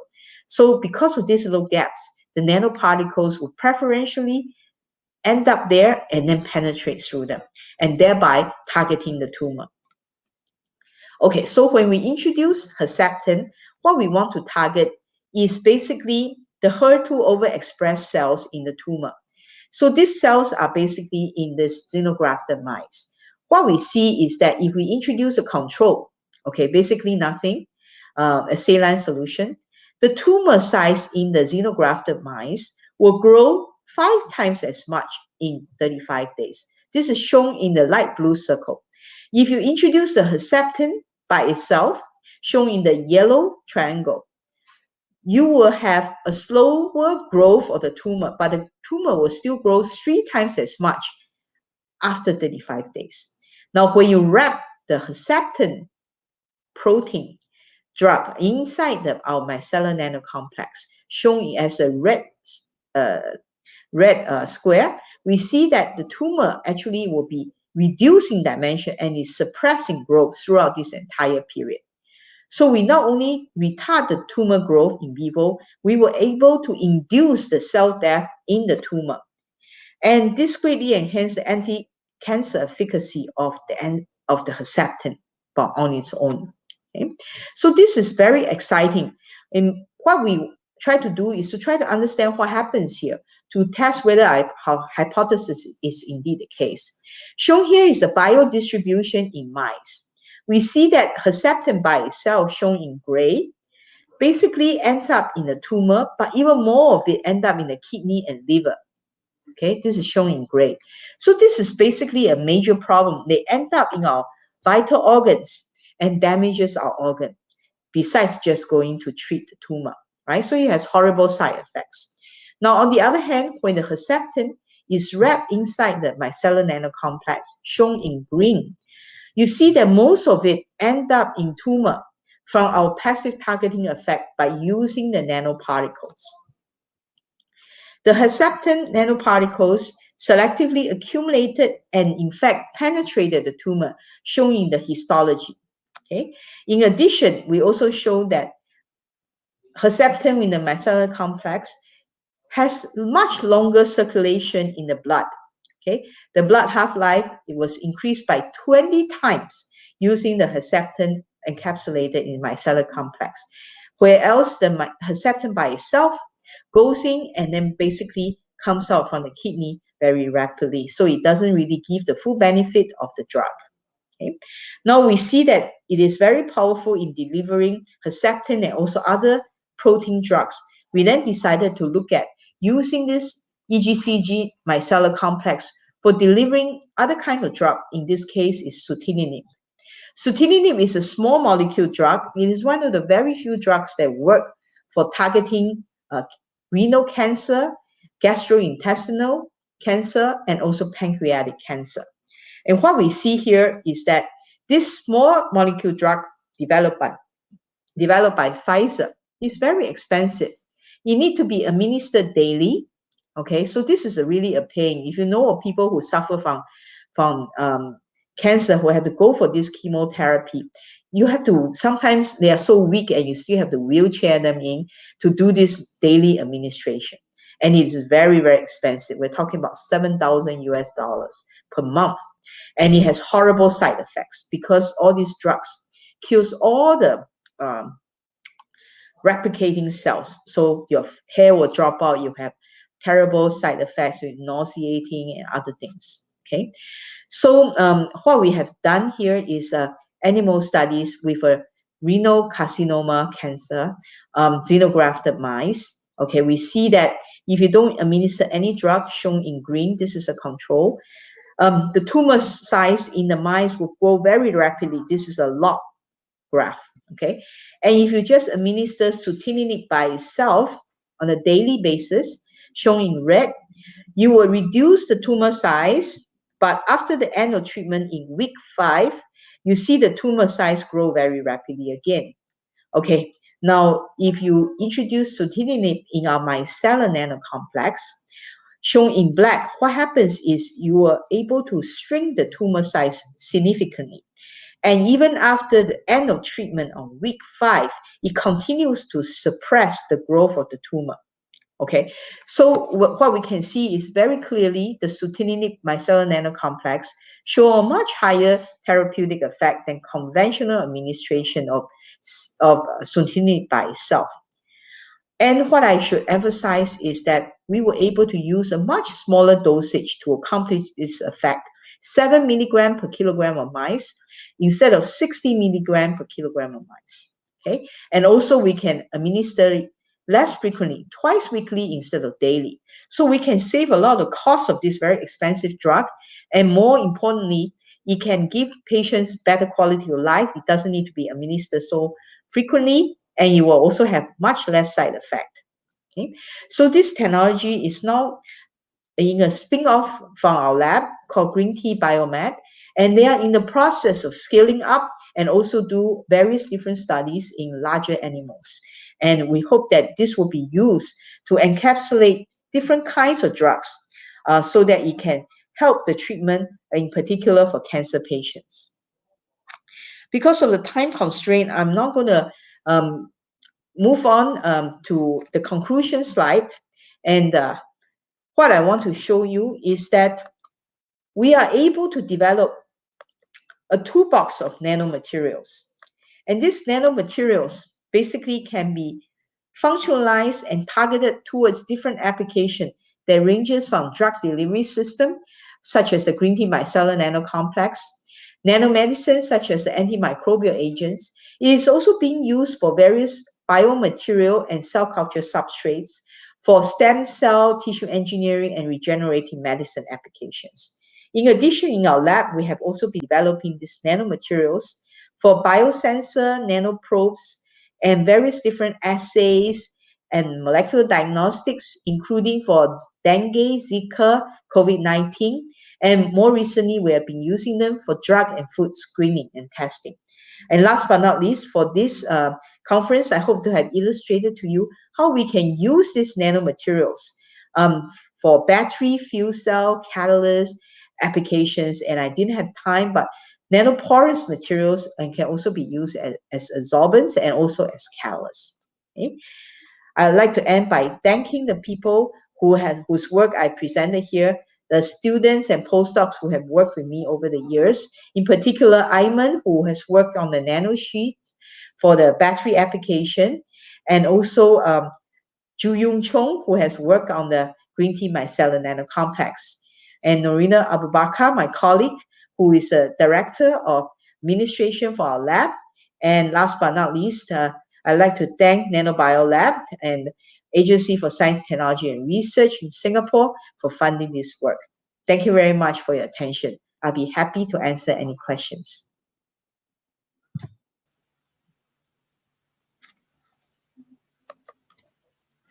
Thank you, Professor Dr. Jackie Ying, for your fruitful sharing. Now, let me read the first question from the floor. Professor Dr. Jackie, you have Miss Shabila and her mother admiring you here. Let me read out Miss Shabila Sazali question to you. Dear Prof. Jackie Ying, I'm Shabila. My mom and I always adore you.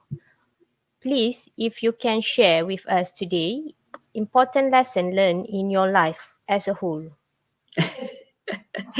Okay, since we are in Malaysia, that we have a lot of audience who are Muslims, let me just share that a lot of inspiration that I have in my research involves basically trying to develop knowledge that will be applied. And this is very important. We are not just interested in doing academic research, but we are interested in developing applications that can benefit humankind. So you can see that what we are trying to do is to look at what are the complex problems ranging from energy issues, chemical synthesis, green synthesis, and also biomedical applications. And sometimes we can also take a lot of inspiration from nature. So for example, I illustrated how we take Allah's creation.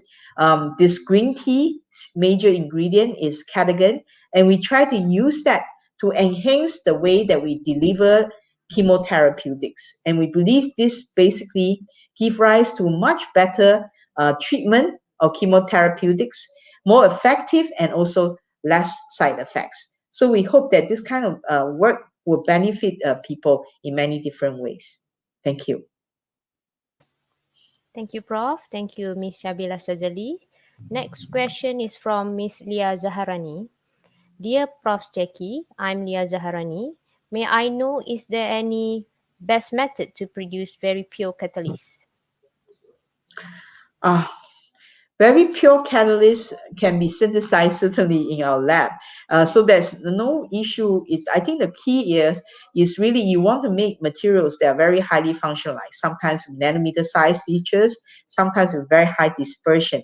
And you can do that very nicely in the lab. But how do you scale it up? It's basically a challenge that we have always grappling with. So what I find is very important is that you always have to develop materials and processes and synthesis in a way that is simple and elegant. Okay. So what I mean by that is if it's very difficult to control, it will definitely be very difficult to scale up. It has multiple steps, then basically it will be very difficult to streamline in the workflow.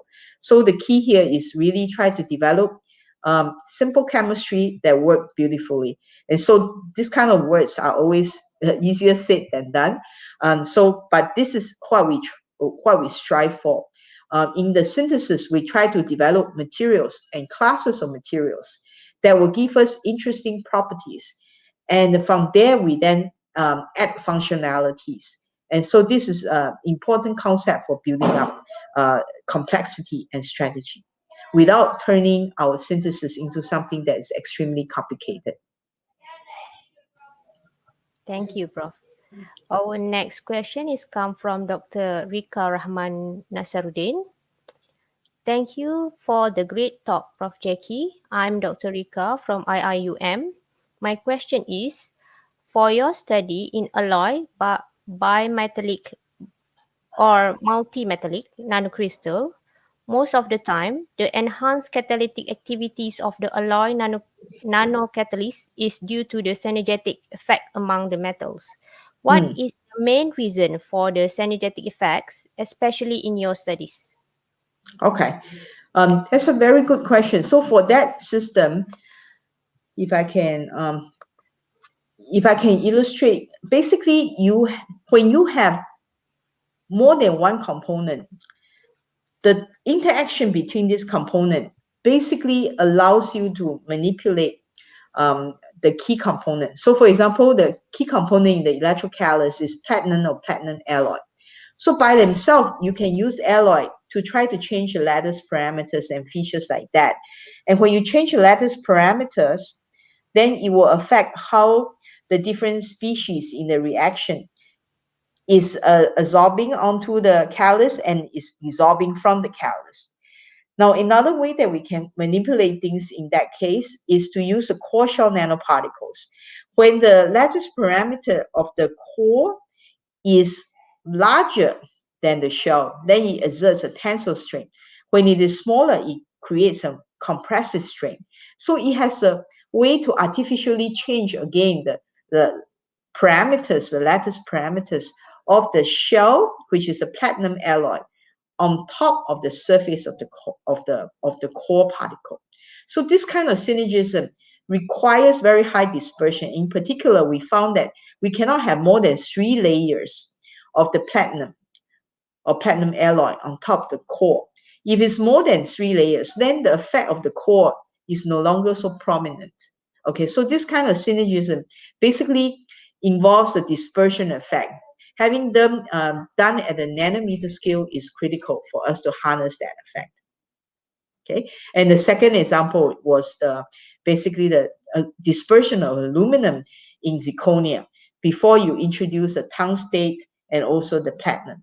And because of that, we were able to get a catalyst that is really superior in activity compared to just without the dopant.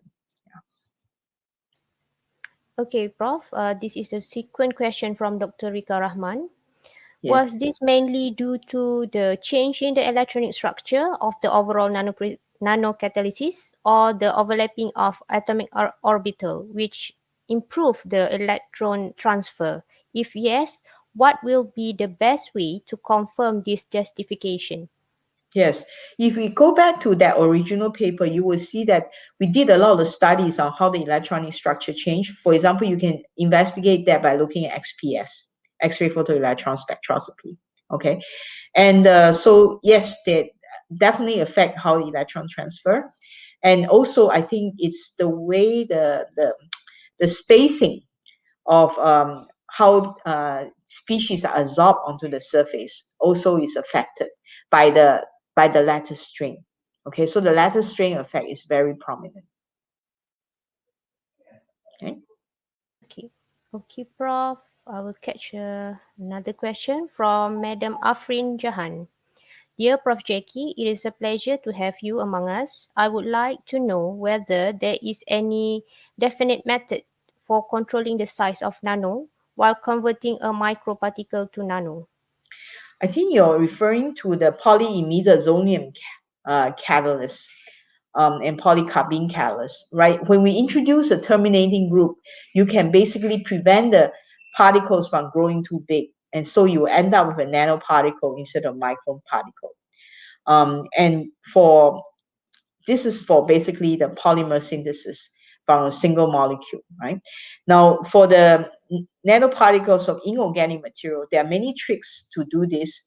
It's involved in the way that we synthesized material, it could be dependent on the pH, the solvents, the addition of the surfactants, and also how you add one thing to another, the sequences and the addition, the rate of addition, and also the method that you use. Okay, so for example, in a lot of inorganic synthesis, we like to use wet chemical synthesis like salt gel and chemical precipitation. They allow us to control those wet chemical step for bottom-up reactions very easily. So this is one of the easiest way to make nano. Yes, Prof. Next question from Dr. Lina Al-Ani. Very interesting topic, Prof. Jackie. Just wondering about the possibility explanation behind reduced tumor size even after weeks of end treatment with SUMNC. Is it possible it's targeting cancer stem cells? So this is a good point. Sorry, I didn't go into the detail of that. But what happens, we believe, is that the drug, the sutinib drug, can basically be released over a fairly quick period of time. So after the drug stop, the treatment has stopped, right? So when we stop administering the drug with the MNC, after a small period of time, the drugs will have been released and used up. But the micellar nanocomplex, which is made of the green tea, will not degrade so quickly like the small molecule drug. So it will remain at the tumor site and it continues to do its magic, being anti-cancer, anti-inflammatory. This is why it is still able to suppress the growth of the cancer weeks after the end of treatment. Okay, so people will advise patients who are undergoing chemo not to drink green tea because it will interfere with the drugs that is being administered. But in this case, what we are doing is, instead of interfering with the drugs, it is wrapping around the drug and being delivered to the cancer tumor site. So it basically gives you a much added benefit for the chemotherapeutics. Okay, Prof. Next question from Madam Nurul Fatima. Dear Prof. Jackie, thank you for the interesting presentation. As for PIMS, to kill fungi bacteria, may I know the clinical result is based on testing with the human body or testing with the affected cell in the labs? And is the PIMS technology is already applied to the drug that have been established in the market? Okay, so for this, we have tested in vitro in the cells. Okay, like for example, I show you the graphs associated with fungus cells. I also show that it worked on the killing the C. albicans in the hypha that is in the cornea, and that was done on the rabbits. Okay, so that was done on animals. It hasn't entered human trials yet. Okay, but where we are applying a lot of antimicrobial agents, and even during COVID, it also kills some of these materials, also kill viruses very well. Okay, so they can be used externally, which is much easier to go through the approval process as a spray, etc., instead of inside the body. Okay, so they will kill the microbes and viruses very easily. Okay, thank you, Prof. May I read another? There have been a flows of questions coming in. May I read another maybe 2 or 3 questions for you? Next, from Madam Suzaimi Johari. Dear Prof. Jackie, thank you for your great presentation. I'm Suzaimi. Just a quick question. What is your advice to us as a young researcher? Since I was 21, I spent 75 to 80 hours a week on research. So it's an enormous amount of time doing research. And I often tell my students and postdocs, if you want to be really good at doing research, there's no shortcut. It's kind of like training for Olympics, you know. So if you're going to train 40 hours a week, in 4 years, you can't go to Olympics. If you train 75, 80 hours a week. And if you're very talented, you might be able to go to Olympics. You can't say I just train 40 hours a week and then in 8 years I go to Olympics. We all know that's not the case, right? So what it is in research is really a lot of hard work. And when you spend sufficient time in the lab, you will discover many things that become intuitive to you. And the other thing that is very important is to go be trained in the best labs, because in the best labs you will see that the professor has great ideas, great directions, and then the rest of the team might also be very talented. And what is very important is sometimes you will find that the best labs have very different approaches. Okay, so for example, in our lab, we do a lot of multidisciplinary research. So the goal for what we want to do could be nanotechnology, but we are using nanotechnology as a toolbox to tackle many different problems. And that problem can be involving the chemical industry for catalysis. It could involve the sustainability in, for example, energy storage, or it could be involving healthcare and involving nanomedicine. Okay, so there are many different things. They might seem to be unrelated, but when you try to develop very exciting work and bring people together from different backgrounds, you will find that the research that is being done becomes very sophisticated, and people will learn from each other, even though they might come together first as people with different backgrounds speaking different languages. So it is very important that when you're young, you exposed to different ways and styles of doing research and learn from the best. And you yourself, in order to get into the best labs, you have to really try your best and work your hardest. And that's my that's my advice to the young researchers. Thank you, Prof. So another question by your friend, I think, Dr. Rika Rahman Nasruddin. Dear Prof. Jackie, for research in metal nanoparticles toward commercialization's product, do we need to analyze the final fate of the metal nanoparticles, how they affect the environment, and how to dispose them? For example, any product that use silver nanoparticle as antimicrobial agents. Yeah, we are not using silver nanoparticles. I would say that a lot of times the silver nanoparticles as antimicrobial agents are not particularly effective, but people make a big deal out of it by saying nano inside. So for example, they might have something coating in a refrigerator, all kinds of things, right? But what we find is the antimicrobial effect is not particularly strong. And if it's embedded in the coating, it is not so likely, polymeric coating, it is not so likely to be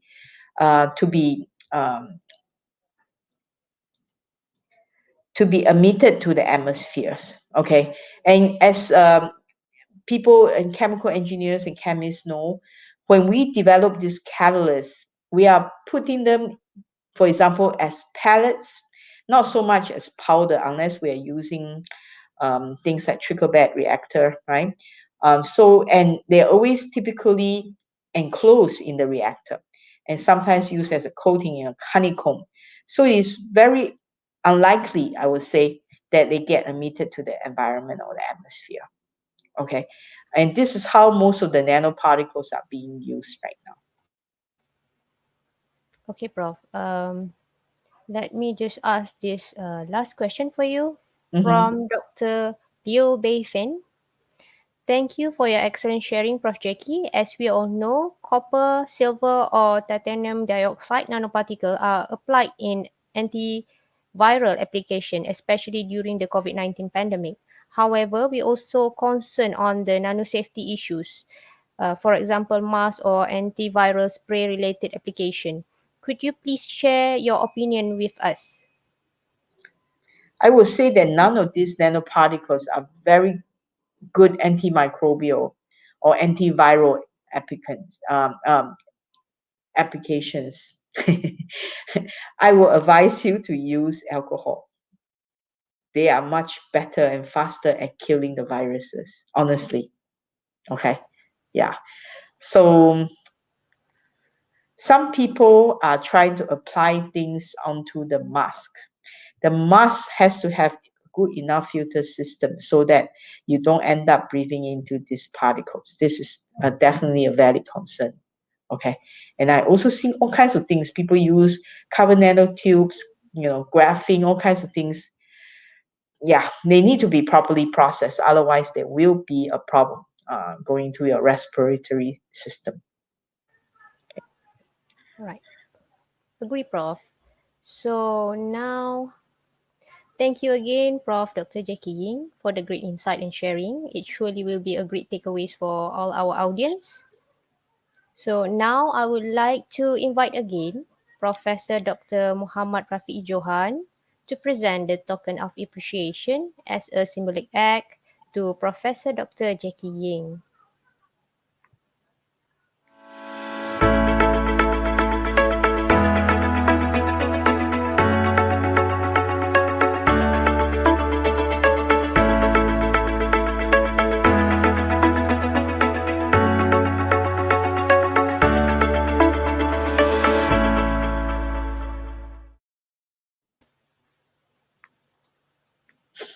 Thank you, Professor Dr. Muhammad Rafiq Johan and Professor Dr. Jackie Ying.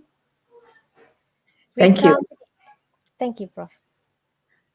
We come to the end of MICNC 2021 opening ceremony.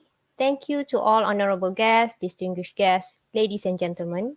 I hope everyone will take this opportunity to leverage as much as you can during this 3 days conference. Thank you, stay safe and happy conferencing.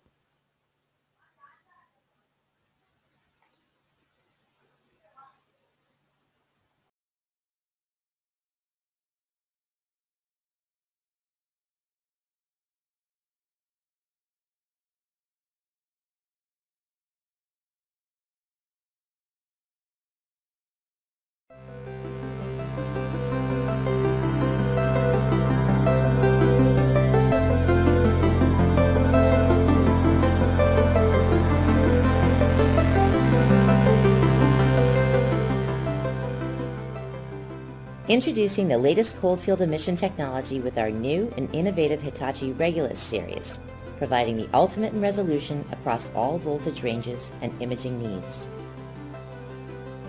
Hitachi is proud to introduce our innovative product lineup of electron microscopes, the Regulus series, which are built upon Hitachi's award-winning, highly reliable core technology for superior ultra-high resolution imaging with the most advanced detection system available.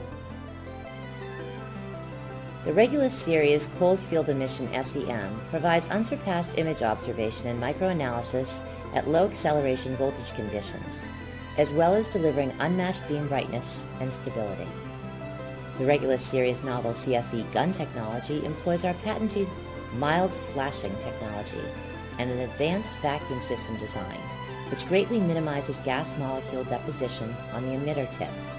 Every system is designed to always operate in a clean environment, resulting in higher signal-to-noise levels and beam current stability, delivering unparalleled imaging and robust analytical performance for extended elemental analysis routines.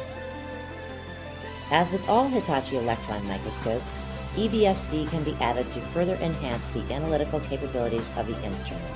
The Regulus series and the introduction of these new features brings Hitachi to the next level of our award-winning and proven cold field emission technology.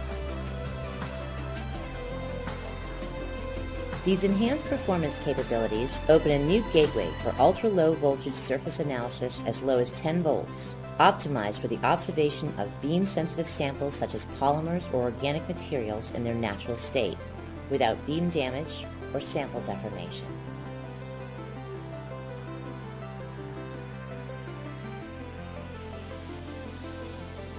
The specimen chamber configuration allows for sample sizes that can vary up to 200 millimeters in diameter, while providing a fast pump down time of about 1 minute to observation, allowing further flexibility for sample imaging. The beam is optimized to yield a lanting voltage of 10 volts to 30,000 volts with selective energy filtering, offering fine contrast differentiation throughout the entire range.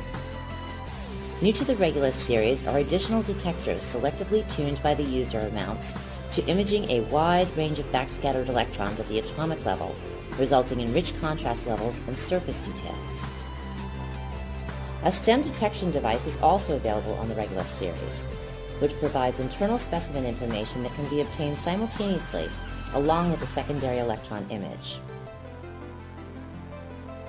Additionally available is a bright field STEM aperture that works to deliver enhanced resolution as well as contrast differentiation when imaging materials of similar densities.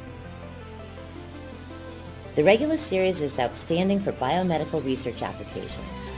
Optional configurations are able to accommodate a wide variety of sample sizes and imaging demands. Hitachi SEMs have contributed significantly to the advancement of materials science, medical research, industrial production and manufacturing, and research in academic institutions worldwide.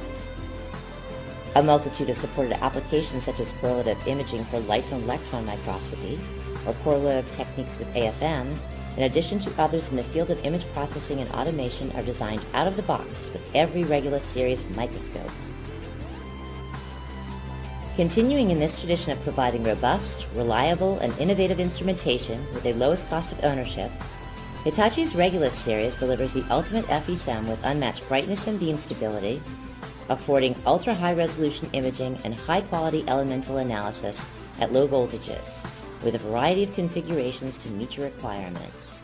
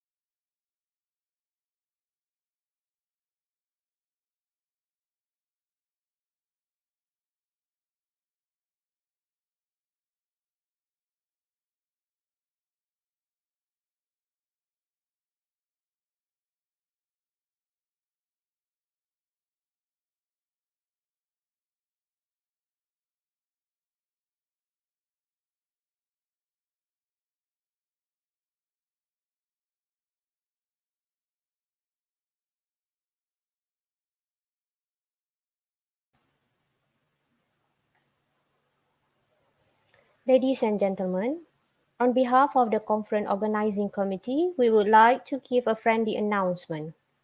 All speakers, presenter, and participants, and our honorable guests will receive a set of conference kits consist of conference backpack, notebook, pen drive, pen and printed program book. We will have those posted to you. Therefore, we would like to seek for your kind cooperation to update your your postal address and contact number to the conference secretariat if you found it necessary.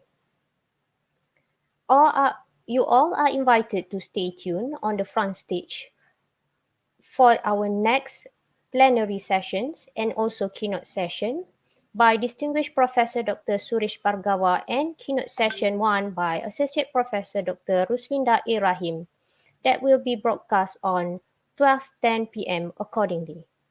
Thank you for your kind attention.